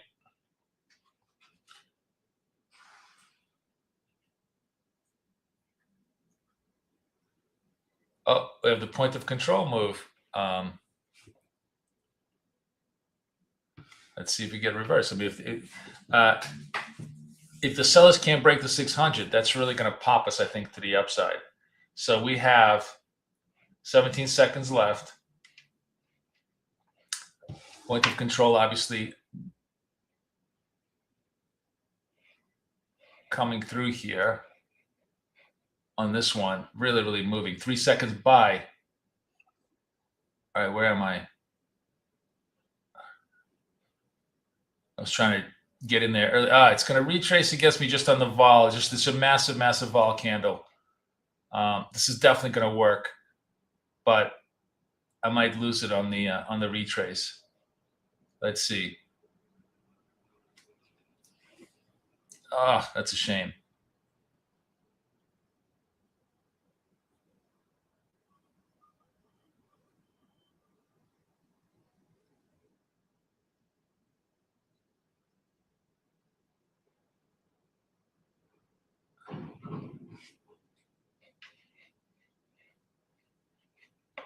I'll make this bigger for you guys on the screen.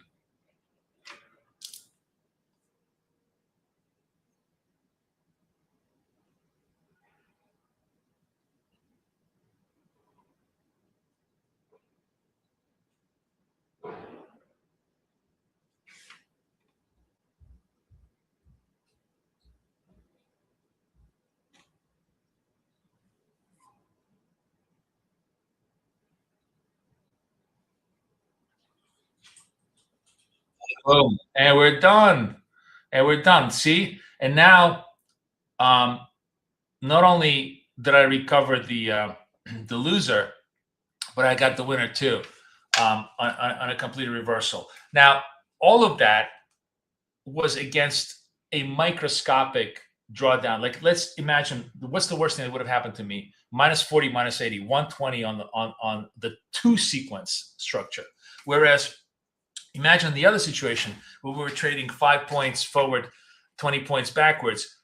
We were losing 200 on the first step, right? We're still behind. We still have enough money to save against the first step loss, and we could have a third step trade, which would have clearly worked well too. So small sizes, bigger targets, absolutely is the key to how we trade this.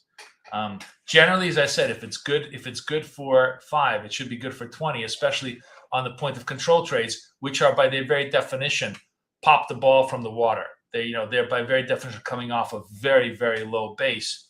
This was a massive candle. Like, would I have loved to have this candle to stopped over here? Yes, it would have been so much easier. But we managed to survive it, and we managed to hit the trade. So good for us. Now we're kind of setting up a clean trend or counter trend in a sense that this is a upside trend in a downside market, but it's a very clean trend. and the counter trend is at 99. And if they take out 99, we're going to take that trade at 1.1. We've got 2 months. Boom, we're long. So we're long here, and now we're just trading the momentum's trade to the upside. There's a lot of volatility. It could take me out again. Yes, absolutely. It's just the nature of the beast right now. But generally, if you sort of think, what we're looking, we got taken out. What you're looking for is hopefully 10, 15 minutes of continuous green trending. If we can get that, we'll start nailing those trades. So now we're going to stay patient. Do we have new signals? Yes. We'll go 2 sides on this and see if the counter trend signal holds. And if it doesn't, we'll be patient to wait.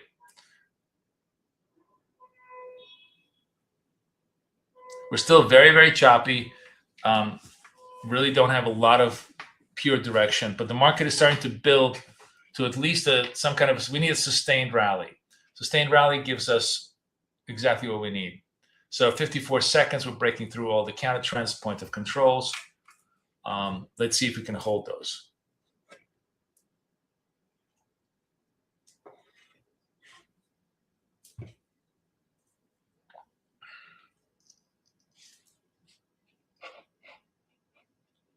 Big pops, fresh trends.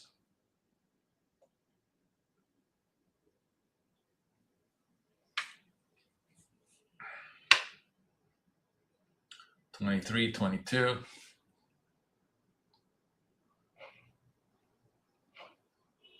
Counter trend buy is at 99, and it falls below.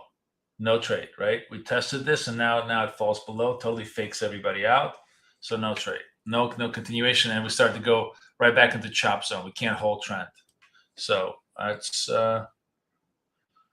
forces us to be patient now. But you can see, they're running it back. Eventually, somebody's going to establish directionality. That's what we're looking for. Until they do, we're kind of just chilling. Andrew says this is the way.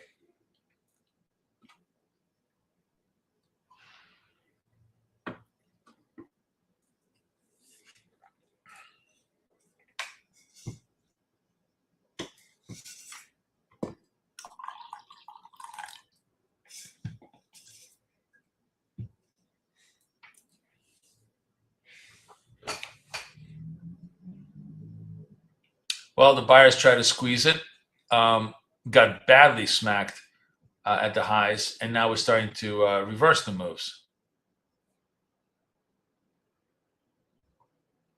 All right, momentum sell is shaping up as a signal for us to, well, it's very early. Now,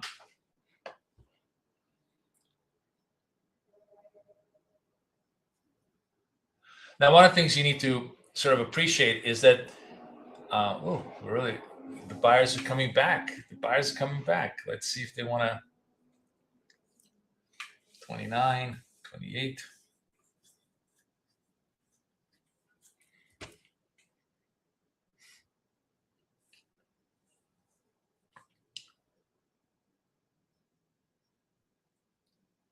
Super choppiness. Perfect for us to understand that there's no trades, right? The beautiful thing about this is we're not getting trapped, hopefully, into bad trades, and there's super choppiness. It's also warning us that the market environment is really, really shitty.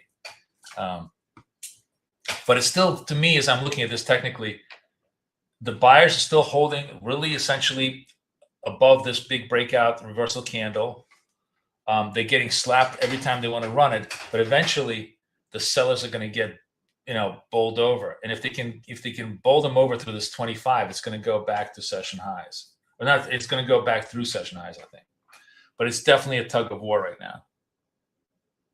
Just wicking out, exactly. Just wicking out left and right. Nobody can hold their position. Now we are getting momentum sell, right? Sell is 71, we're at 65. So it's a legit trade, 14 seconds left. 12 seconds left. Can it hold the the structure here. 4, 3, 2, 1. Sell. All right, we're short on the momentum sell, and boom, boom, boom, boom, boom, boom. Come on, and we're done. See, and now we're done. We started 300. Now we're 400 on a nice clean reversal. Now we go back to 1, right? And again, I wasn't risking a lot of capital, and I'm just trading the flow. I'm just really trading the flow. Who's winning, who's not. Still looks like a little bit of bullshit price action. Like, this is the sellers had a little bit more to go, but they're holding the lows. I still want to be bullish biased, but I'm of course going to trade whatever the signals give me. Certainly, if they break the 600, then it's going to be much more technical damage than we already have.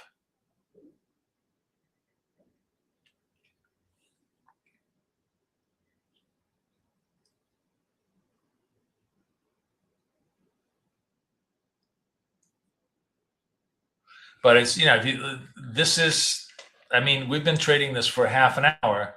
We've literally been, 710 to 650, like in a 60-point range, primarily mostly chop, very, very little directional movement. And we've been able to not get ourselves trapped up and down. We've just, we've been able to avoid most of the bad potholes because of the way the signals are structured. So I hope you guys really like that. I really think it gives you a huge edge in how the signals are structured.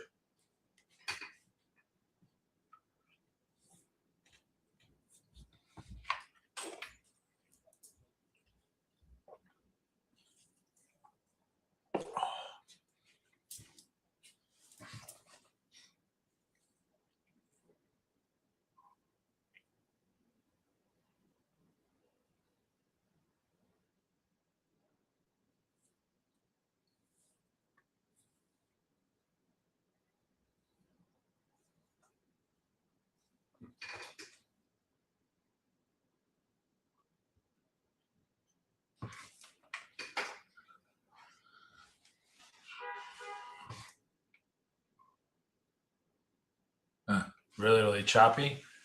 Kind of lame. Is there a setting for the chop meter? It should be default setting. The default setting for the chop meter is this. I'll give it to you just 1 second. I just want to watch this trade for a sec.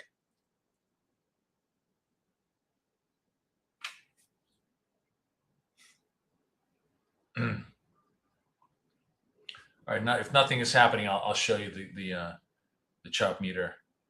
Now you can set them yourself to what you like. The default settings is that trend only occurs when it's 0.60, but I made much more promiscuous settings. I said look back period at 5, threshold below is 0.1, and 0.3 is my trend, right?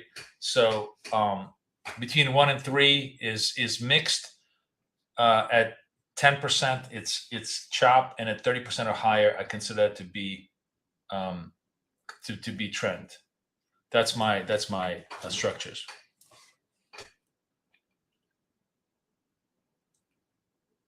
Does that make sense, Keith?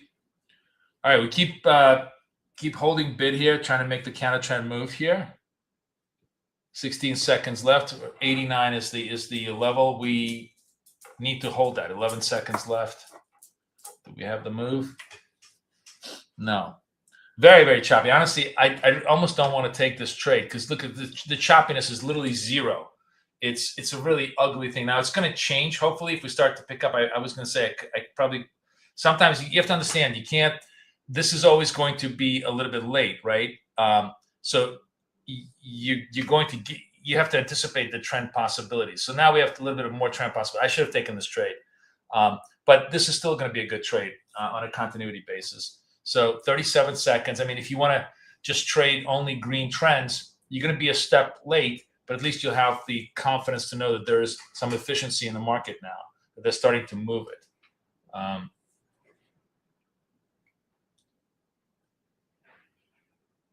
You took it? Yeah. You did bank, right? Astrologer. What do you think about my approach of 1-to-1 versus 1-to-4? Actually, you weren't around yesterday. I was going to ask you about that. 4, 3, 2, 1. Along this, let's see if let's see if I don't get retraced. I just get there's a lot of volatility retrace. Yes, the trade was here. This was just a lot of vol retrace on the move. So okay, we'll wait for the next move to see what happens. Prop nerd, what do you want to know? What's the question mark for? I can't read your mind.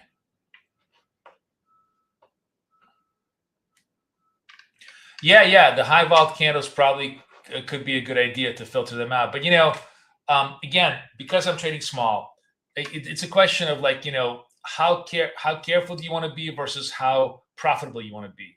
If you want to take risk, you want to be profitable. You got to take risk. The very fact that I'm taking small risk, I'm okay with getting stopped out on the vol retrace because there's also going to be lots of vol candles where I'm going to hit target, right? So you only want to, the less money you wager, the more risky you can afford to be. And I guess I'm just willing to be more afford. Do I trade platforms other than TradeEvade? I trade wealth charts. Yes. This is obviously TradeEvade connected to TradingView.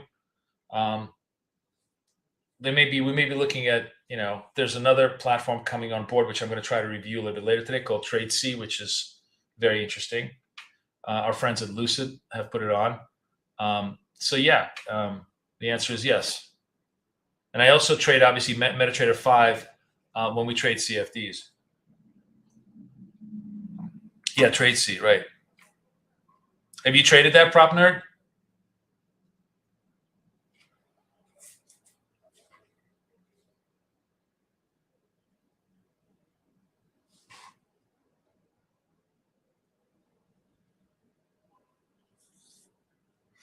So really, guys, think about this. Look how inefficient the price action has been. It's been literally a 50-point, stall from the get-go. The market is just down.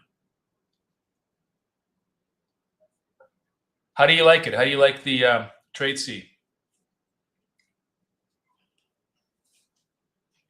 So the reason why I'm talking about this new platform, guys, which is really, I had a sneak preview from those guys last week.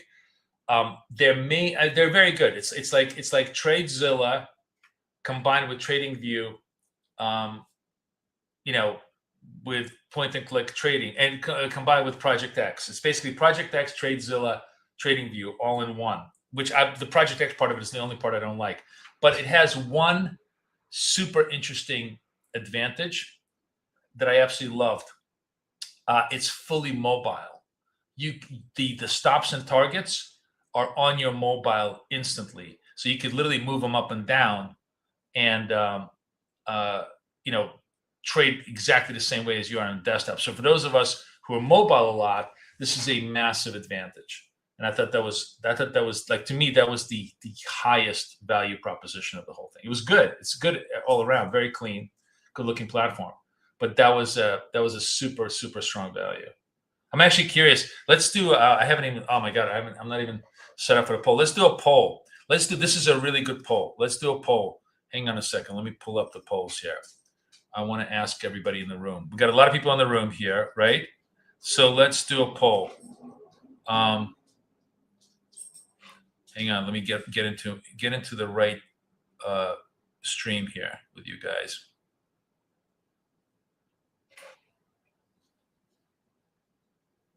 Okay, let's do a poll. This is I'm really, really interested.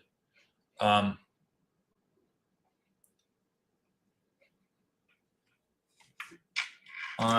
would like to trade prop on, this is just a yes, no on mobile.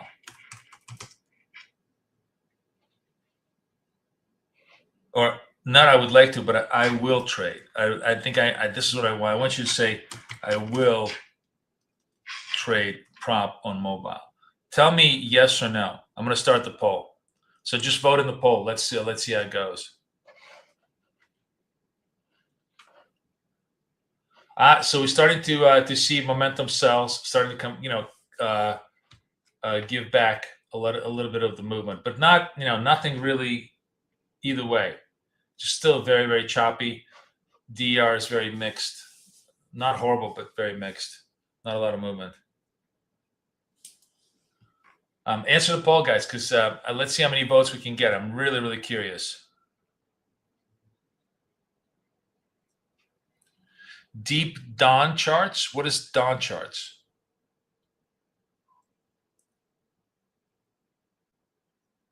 You'll trade on mobile smartwatch. It's a little too mobile. And it's funny. I remember like when, like in the early days of smartwatches, you could get your MetaTrader 4 or MetaTrader 5 alerts or executions on your smartwatch. And I had like this algo trading, and literally every 5 seconds, my smartwatch would buzz up and down, up and down, up and down. And I was like, oh, this is really annoying.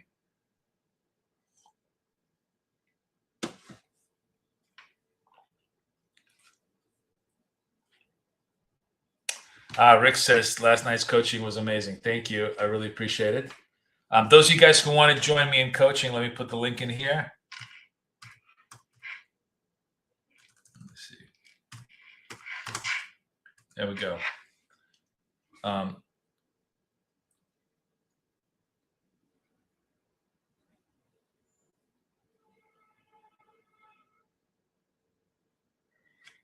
So we're just literally living through very, very toxic environment for our type of trading, and surviving it both, on a P&L basis and size basis.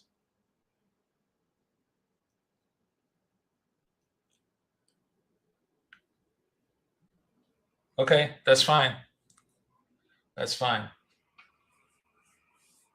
All right, we got a Momo sell at 43 right here, targeting back to the 260s. We're gonna take this trade if it holds, right, on a 2-lot.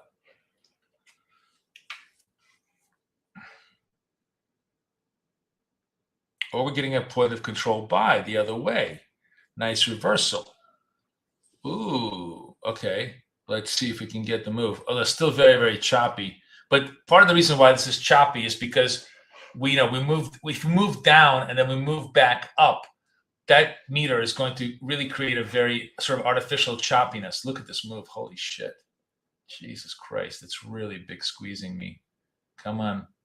6, 5, 4, 2, 1. Boom. All right, we're in the trade. Let's see if let's make it happen. Let's make it happen. Let's make it happen. It's gotta happen. Yes. Yes, baby. Look at that. Look at that. We just stayed super, super fucking patient. And that worked. And so what I was gonna say is don't let this, red choppiness fool you, because now obviously, it's gonna catch up to full trend. Now it's like, all trend. Now it's breaking fresh highs. The sellers finally get their ass spanked. They couldn't bring it down, and the buyers starting to really move it. So now we're in a relatively decent position. I mean, obviously the buyers got to hold the highs, and if this thing goes red right now, I certainly wouldn't want to trade it. In a perfect world, I actually want this thing to stay green and kind of move up on the scale. 8-9 seconds. 6, 5, 4, 3, 2, 1. Boom. We're in the trade again. Let's see if we can get the movement. Come on, come on, come on, come on, come on, come on, come on, come on, come on. There we go. I'm just gonna take the profit. Good. All right. So you see how quickly we basically spent all of our time doing nothing because we had no signals, and now we're going into overdrive because now we're starting to get trendiness. We're starting to get continuation. We can scalp the living shit out of this thing, and we're doing it all on tiny ass risk. I can't even emphasize to you how little fucking risk I'm taking, which is the most important part, right? Like, I want you to see something interesting here. So let me go to my magnifying glass. So this is the eval account that I started yesterday, right? We're already 500, just trading nothing, right? I'm already at 500. I need to make 1,500. It's hard. I'm not gonna, it's 37 consecutive winning trades to get to 500, which means you got to make probably about 100, 150 trades to get to 500 to crawl this. And it's also hard because they changed the rules in that your drawdown is now only 1,000, right? But here's what I want you to see. My trailing drawdown is 1,000 behind me. It's not doing it this way. I'm really not losing. And with trailing drawdown, they'll cut you to 700, 500 because it keeps crawling up against you. But because I'm taking the highest possible exit on my equity trades, because I'm trading so small, I'm really not losing a lot of my drawdown. So from both aspects of it, it's a very, very efficient way of trading. But there's no doubt you're going to have to grind it to get it done. But that's going to be your story in funded. If you want to get paid in funded, that's what you need to do. So I just really excited about that.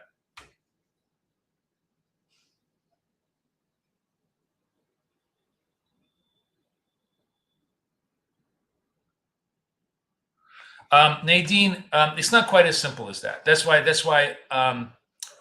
I don't want you. Nadine is asking if it's green, you go. If it's green, you go. Like, let's make it simple. If it's green, you go on whatever is the closest proximate signal. So if counter trend is giving you a signal, you go on that. If momentum sell is giving you a signal, you go with that. In this case, we had both the point of control and counter trend giving us signals, so you go, right?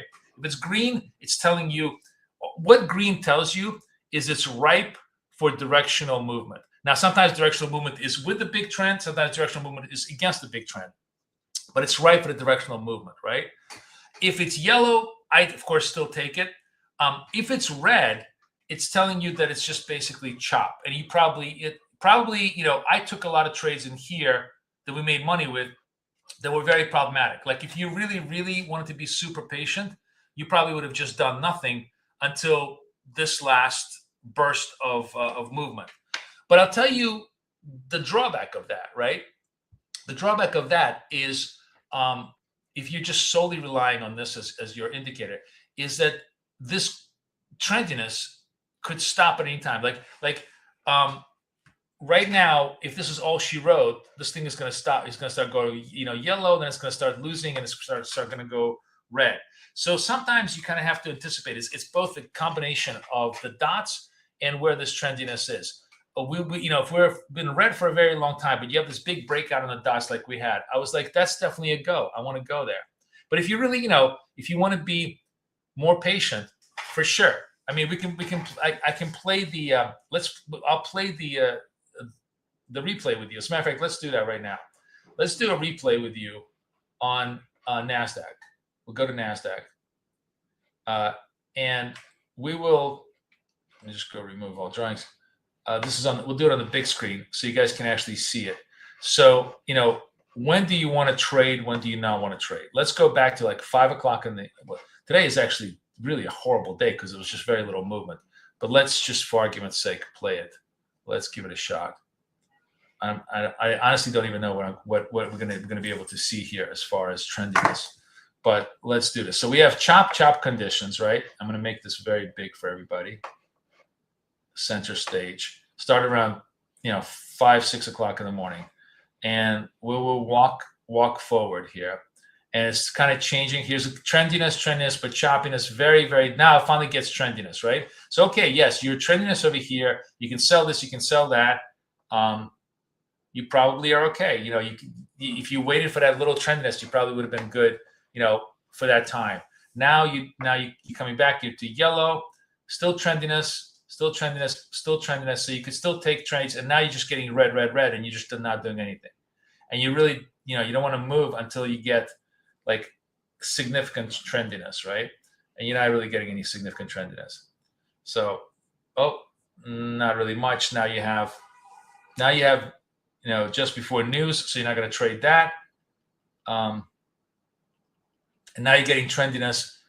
And now you're just actually dying because post-news, there was very little trendiness, although this finally started to give us trendiness, right? So again, you have to just take this with there's actually a lot of trendiness. You could have taken 3 or 4 trades to the downside on trendiness. So you have to take this, with a grain of salt sometimes, but you also have to see how it trades out. That's why you want to go into the replay function and just kind of study it, to the best of your abilities.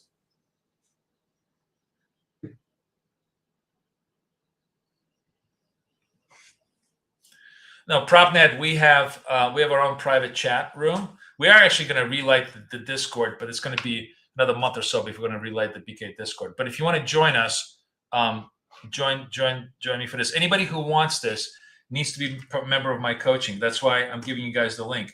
If you want the tools, all the structure, everything else, this is the link. Okay.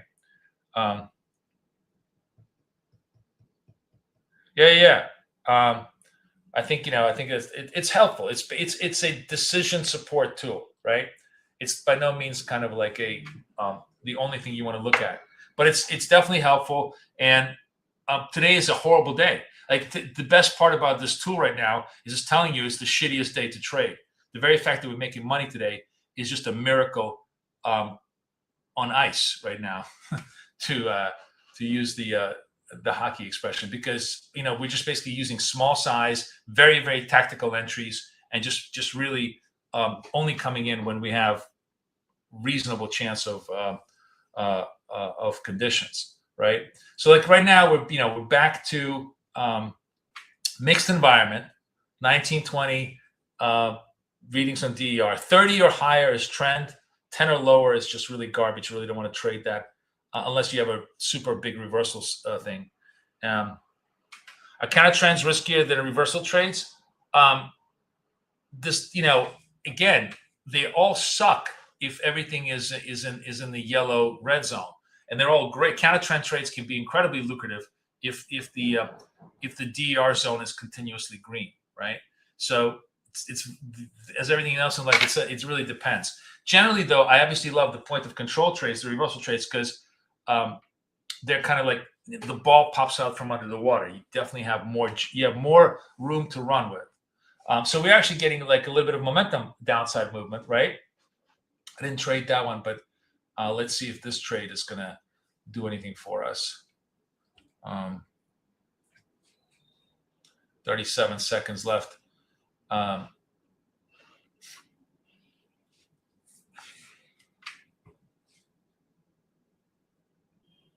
And it's basically chopped between the 800 to 600 after a big drop in NAS. I think everybody's just sort of trying to absorb what happens next, where oil markets are going, what Trump is going to say. In any given moment, he can go out there and say, "Oh, we have peace with the Iranians. They agreed to completely capitulate, and this thing will soar 200 points to the upside." All right, I'm short this on the momentum move. Let's see if we can get to any kind of momentum continuity.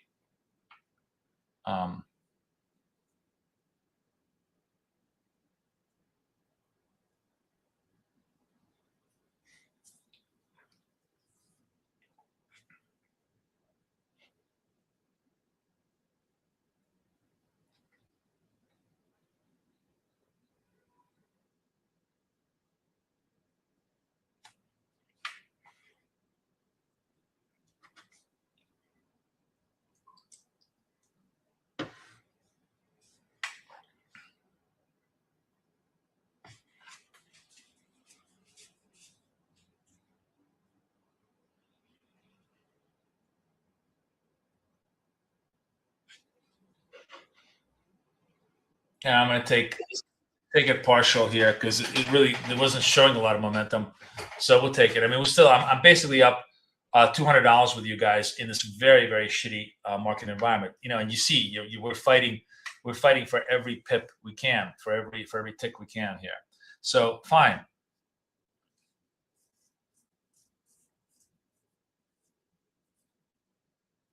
Yeah, DR is definitely going to take you a lot of grief.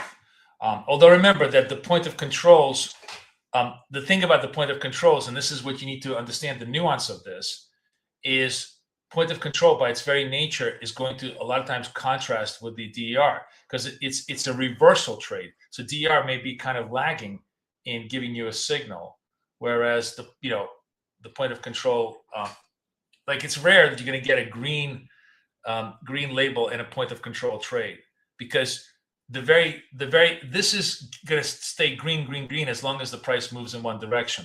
As it starts moving against you, it's like the guy moving the other way, right up. We have the point of control buy here. I'm not trading this, but that could have been that would have been a really good trade. I'm yapping. So see what I'm saying? The point of control is working, but the chop is showing you red. You need to understand that this particular trade is actually the exact. You almost want it to be red, because it's what it's telling you is this changing directionality. It's the guy. The point of control trades is where a boy goes to school, gets about halfway there, and then walks backwards to his house because he forgot his book bag. And you're trading on that walk backwards to the house. You're betting on the fact that he's going back to the house, not to the school, right? You guys following what I'm saying? So you're almost by definition going to get negative readings, but positive P&L. So where the trend label comes in is in the Momo cells and in the counter trend cells, right? In the counter trend cells and the Momo. If you're getting we haven't had any Momo trades at all. But when we have big strong counter trend or Momo trades, this thing is going to just stay green, and that's the ultimate trade for us, right? Okay. All right. Session highs. Trend is starting to look good. They basically, again, took it down, came back up, took it down, came back up.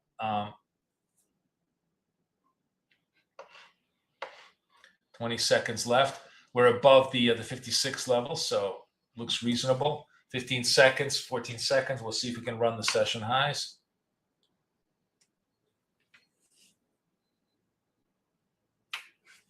Five, 4, 3, 2, 1. All right, we're long here. Obviously, a lot of danger of the retrace because we hit the session highs. It's always going to come back against us, and I got stepped out. I knew it was going to be retraced out, but but I wanted to do a momentum trade with you guys. So fine, we'll look for the next signal as it rebuilds. If it goes to fresh session high, it basically, it was like this was almost a no-brainer not to trade because it was right in front of the 800s, but it's fine. I took it. Again, the beauty of it is I'm taking very, very small hits on my losses that I can recover pretty quickly.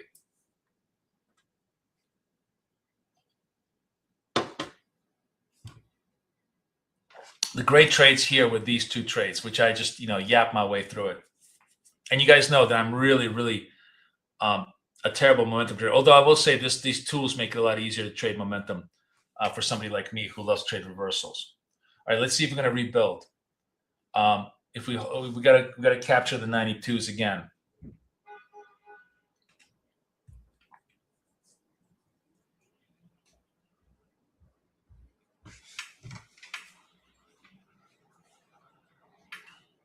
By the way, we did I showed everybody in coaching yesterday my trading analysis of like all my trades for the quarter. And what's fascinating is that all my money is made between 10 o'clock and 2 o'clock. Literally, most of my money is made off stream than on stream. And I actually thought that's the 10 o'clock to 2 o'clock, New York, is kind of prime trendiness, prime continuity timeline, right? Like if we're gonna start moving back up to 25,000 and just fuck every short out there, this is gonna be the time to do this. Still no signal. See, still an X. If it's an X, I don't have a signal. It's the beauty of the indicator. It keeps you honest for the time being. We're breaking out above, taking that 800. The key thing is, if we break through the 800, hold it. We could run higher. No, WAP is WAP gives you counter trend and trend ideas. Yeah, I mean, if you only want to trade with trend, you want to trade momentum. WAP is going to tell you where the momentum, like which side you want to be with. WAP just simply establishes the longer term trend. The 8 SMA establishes the short term trend. And by the way, WAP is also used for all the other trades, for Christmas tree trades, for everything else. It's not that it's not needed. It's just simply it's a background indicator in this particular scalp, which is really a microstructure on what's happening in the next second, next minute, right? All right, we can't hold the 208. So here's the beauty of it, right? It kept us from entering bad trades because we could not hold the highs.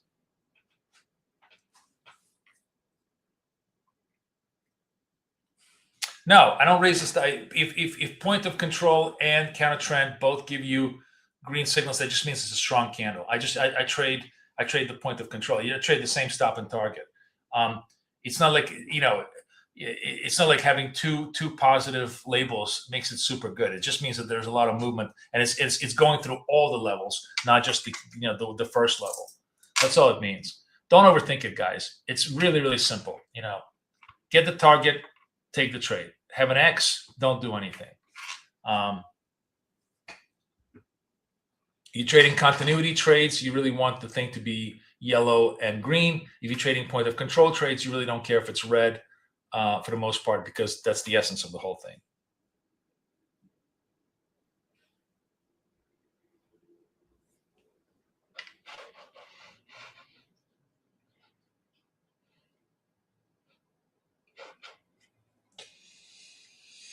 Okay, who's newbie in the room wants the resources, wants to find out what's why we traded, what the rules are, what the hell this is all about, why am I making money, blah blah blah. Talk to me. If you're new in the room, tell me where you're from. I want to see like 5 new postings in chat, and then I'll give you guys the link to everything that we do. Excuse me.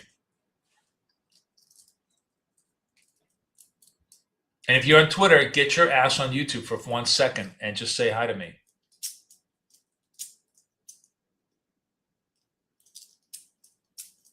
Yeah, it's in the new document which I gave everybody, Nadine. The new document has been completely reworked as I showed it earlier. I'll show it to you guys a little bit in just a second. I'm just watching this trade to see if they're going to run the highs.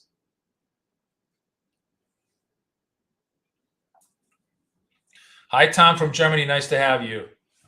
Diego, nice to have you. Brazil. Oh, very nice. Anat Patel. I bet you're from India, Anat Patel.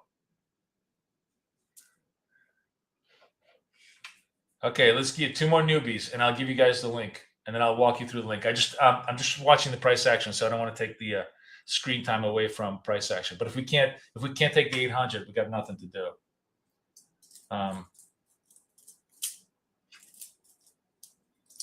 Kind of new from San Francisco, Rob? Okay, we'll forgive you. Canada. But Patel, come on. Your ancestors were Indian, right? We're in Canada, by the way. Toronto? Astrologer says strong resistance. I know. That's why I'm watching. I'm trying to see if they can break this resistance. I'm trying to see, if they want to run. Because, once they do run it, it's going to be a play. All right, we got the counter trend signal. We still don't have the point of control buys, which is an 00. Really want to see it trade through the 00s. Can't do it, then we're not going to trade it. London, Ontario. I knew it was Ontario. Very good.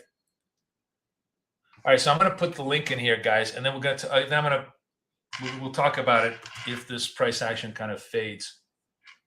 We're still hunting this 800 level and trying to see if the markets can push us through.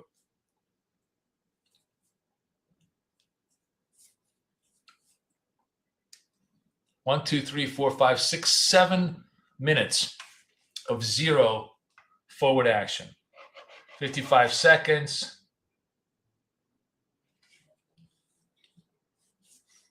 48 seconds. VWAP at 840. So, that's a natural run, right? For those of you guys who are trading the VWAP.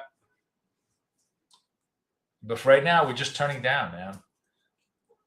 And honestly, this thing breaks and gives me a Momo sell at 63. I'm going to have to go shorter Momo. Jesus Christ, man. 8 minutes of zero fucking signals.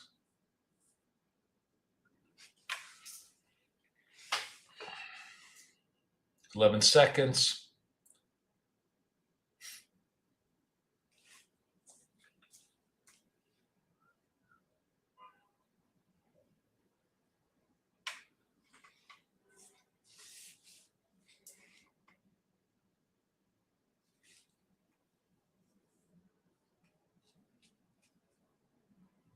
Can I alerts? Yeah, I'm gonna have to, I have to. There's a lot of requests for all sorts of alerts.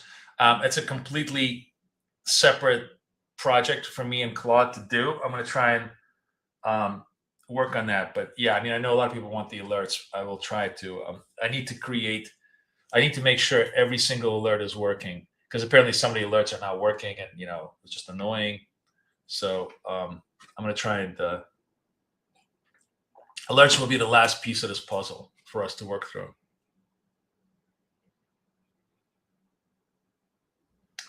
New York. Carlos, are you in New York? Really? Were you in New York?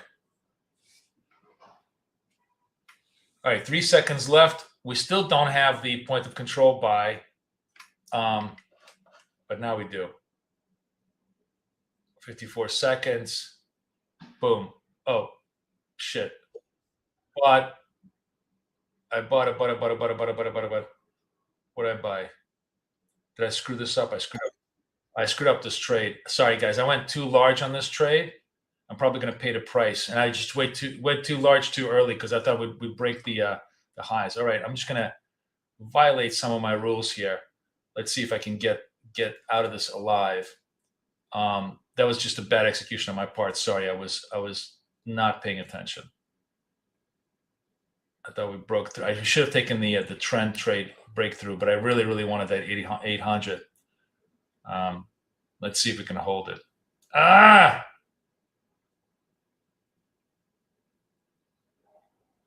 No, I'm gonna eat this. I'm gonna eat this rally. Just they couldn't take. Oh, there we go. Come on, run it, you bastards. There we go. Come on, run it.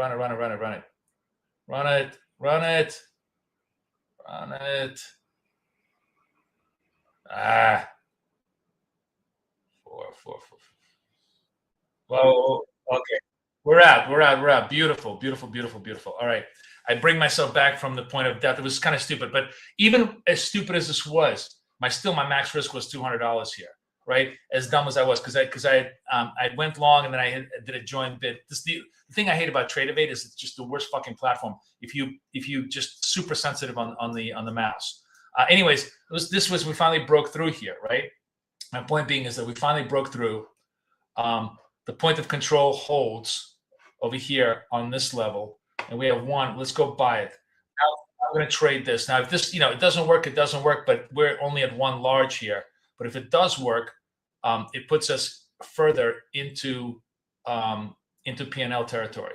This is still a legit trade. I just simply was bad at my execution. The point of control trade, actually, the point of control trade was here. Again, I'm sort of very, very lackadaisical in my trading right now.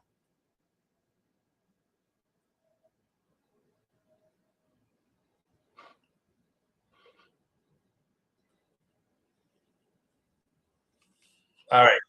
You know what I wanted to do? Again, very, very bad habits. Goes again, do as I say, not as I do. I really wanted to bring it back to you guys to the 2,500 level, because I started 25.3.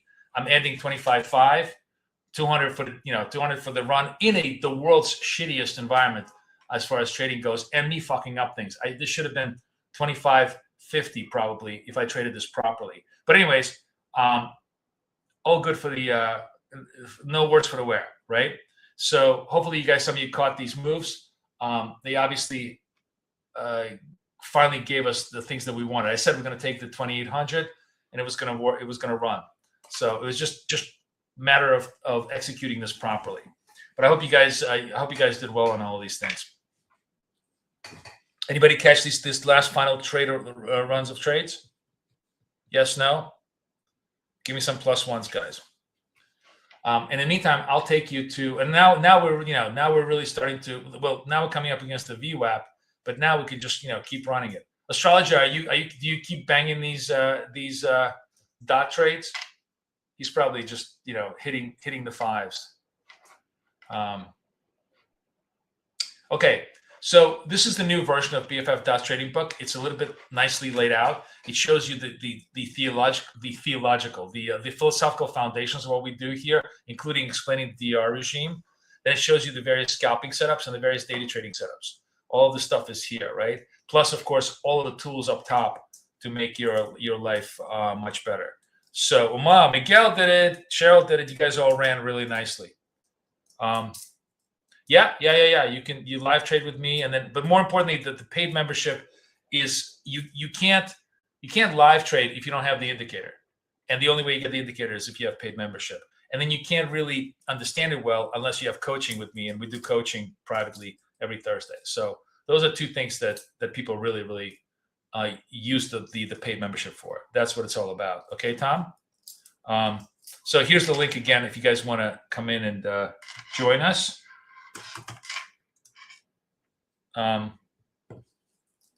It's a fun group, and everybody contributes, and a lot of ideas that people give. Oh, astrologer, we didn't even talk about the ORBs. Shit, we totally didn't talk about the ORBs. Which, by the way, that's the other thing. Maybe over the weekend, we're gonna try and see. I'm gonna try and see if it's feasible to do the dot ORBs on on a sort of a modified basis, but those are also really good. But actually, if we went back on the, let's just take a look at this. I'm just curious. So this was astrologer's kind of interesting idea of taking the dots and turning them into an ORB structure, which is, in this case, it's just really I can't even find the loci. All right, let's assume. Fuck. It's so choppy. You don't even have it here, right? So if we do the white dot, green dot, the next one would be against. I mean, that's not even a trade. This is a range. There's just like no range here, right? You couldn't even find this. Yeah, this is like, how would you construct an ORB in this environment where we got the purple, and we got this huge volatility between the purples and they basically look flat. Like if you sort of look at this,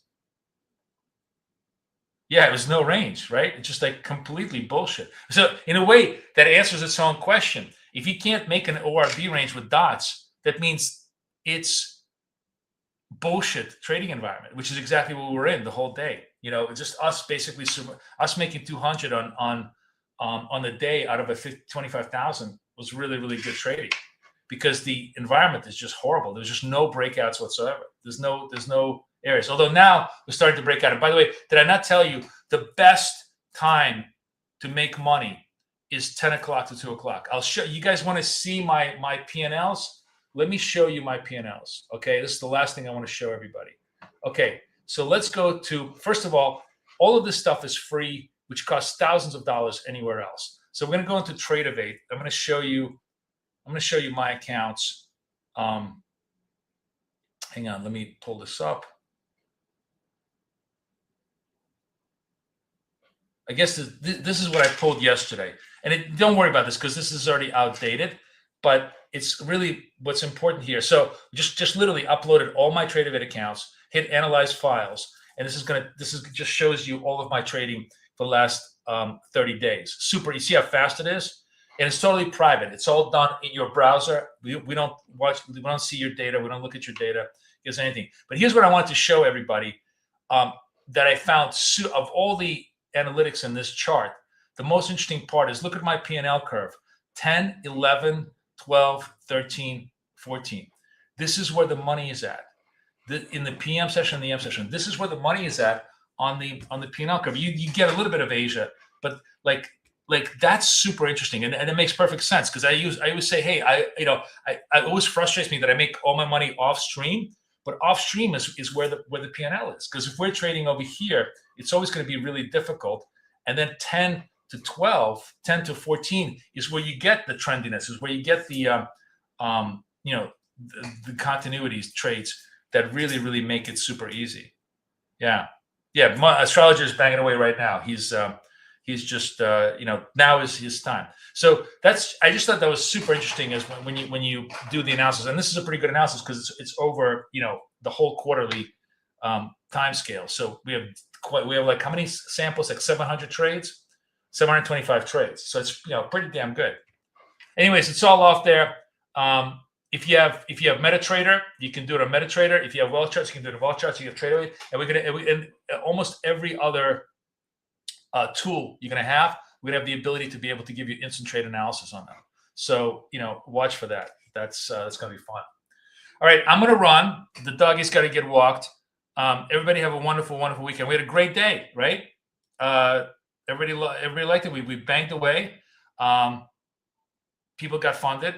We're trading the eval in the good old fashioned way. We'll see if we can run that eval to funding in a controlled fashion. And what else? Any final questions? Any thoughts? Apex, of course, go get the accounts before those disappear. $17 accounts. I'm going to buy 5 or 6 of them just to keep. Because the other cool thing is, they don't rebuild. So you could keep them for a little while. The one thing is they are clever though. They don't let you hold them for more than 30 days. So you got to make use of them within 30 days. But it's still a very good deal. A really, really good deal. Cool. Hey, Miguel, have you used the MetaTrader trade analysis? Yeah, I know English. There's a lot of dickishness in the new rule set, right? I will agree with you. There's just enormous amount of just little dickish rule sets in the new thing, but that's the future that we need to live with on the Apex stuff. Have you run any of your MetaTrader, or you're not even trading MetaTrader anymore? I'm just curious. Anybody who trades MetaTrader and use my analysis tool, whether you like it or not, how you find it, because I find it really, really useful.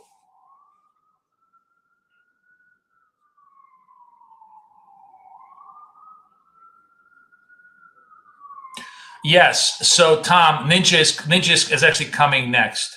It's going to be Ninja, Rhythmic, and I don't know what the other tools. I think those are the 2 biggest futures ones that we're going to be working on. Yes. I'm just like, as everybody will tell you, there's 1,000 things that everybody wants me to do. I'm just trying to do them as fast as I can. But yes, that's going to be coming. If you, I know all the Germans love Ninja. All the Germans love to trade NinjaTrader. Yes. So we will have that analytical tool for NinjaTrader, which is a piece of shit software from like 1900s or 1990s in terms of Windows, which by the way, Ninja owns TradeAway, which is, I think a lot more intuitive, but of course Ninja is very, very configurable. If you're an engineer, you love Ninja. If you're a regular human being, you don't. But anyways, the answer is yes. That's literally on my next to-do list. So I will do that. Momo buy. Look at this. Returning buys. We got returning buys. Okay, let's farewell. No trades. I was gonna say gonna do a farewell trade, but it doesn't hold. All right, guys. Everybody have a wonderful, wonderful day. Yes, you have that amount. No, you have 30. Yes, and then the account disappears. Yes, correct, Laura. They used to rebill you, right? They would be like, $17 and they'd rebill you. Now they just don't rebill you. So you don't need to do a cancel, but they do want you to use it within 30 days. But we're using 4, 5, 6 accounts every week. So it's not like a big deal.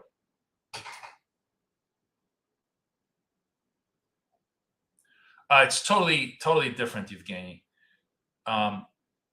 But similar mindset in the sense that you got to go through 5 sub menus to figure out how something is done. But yeah, people like it. It's very precise, but takes enormous amount of learning curve to get what you want done, right? It's one of those things is, how the fuck do you do this? You spend like 2 hours trying to, like the best thing actually, honestly, this is, oh man, look at this. I'm missing all these Momo trades. I hope you guys are killing it on the Momo side. Astrologer probably is up $1,000 right now while I'm yapping.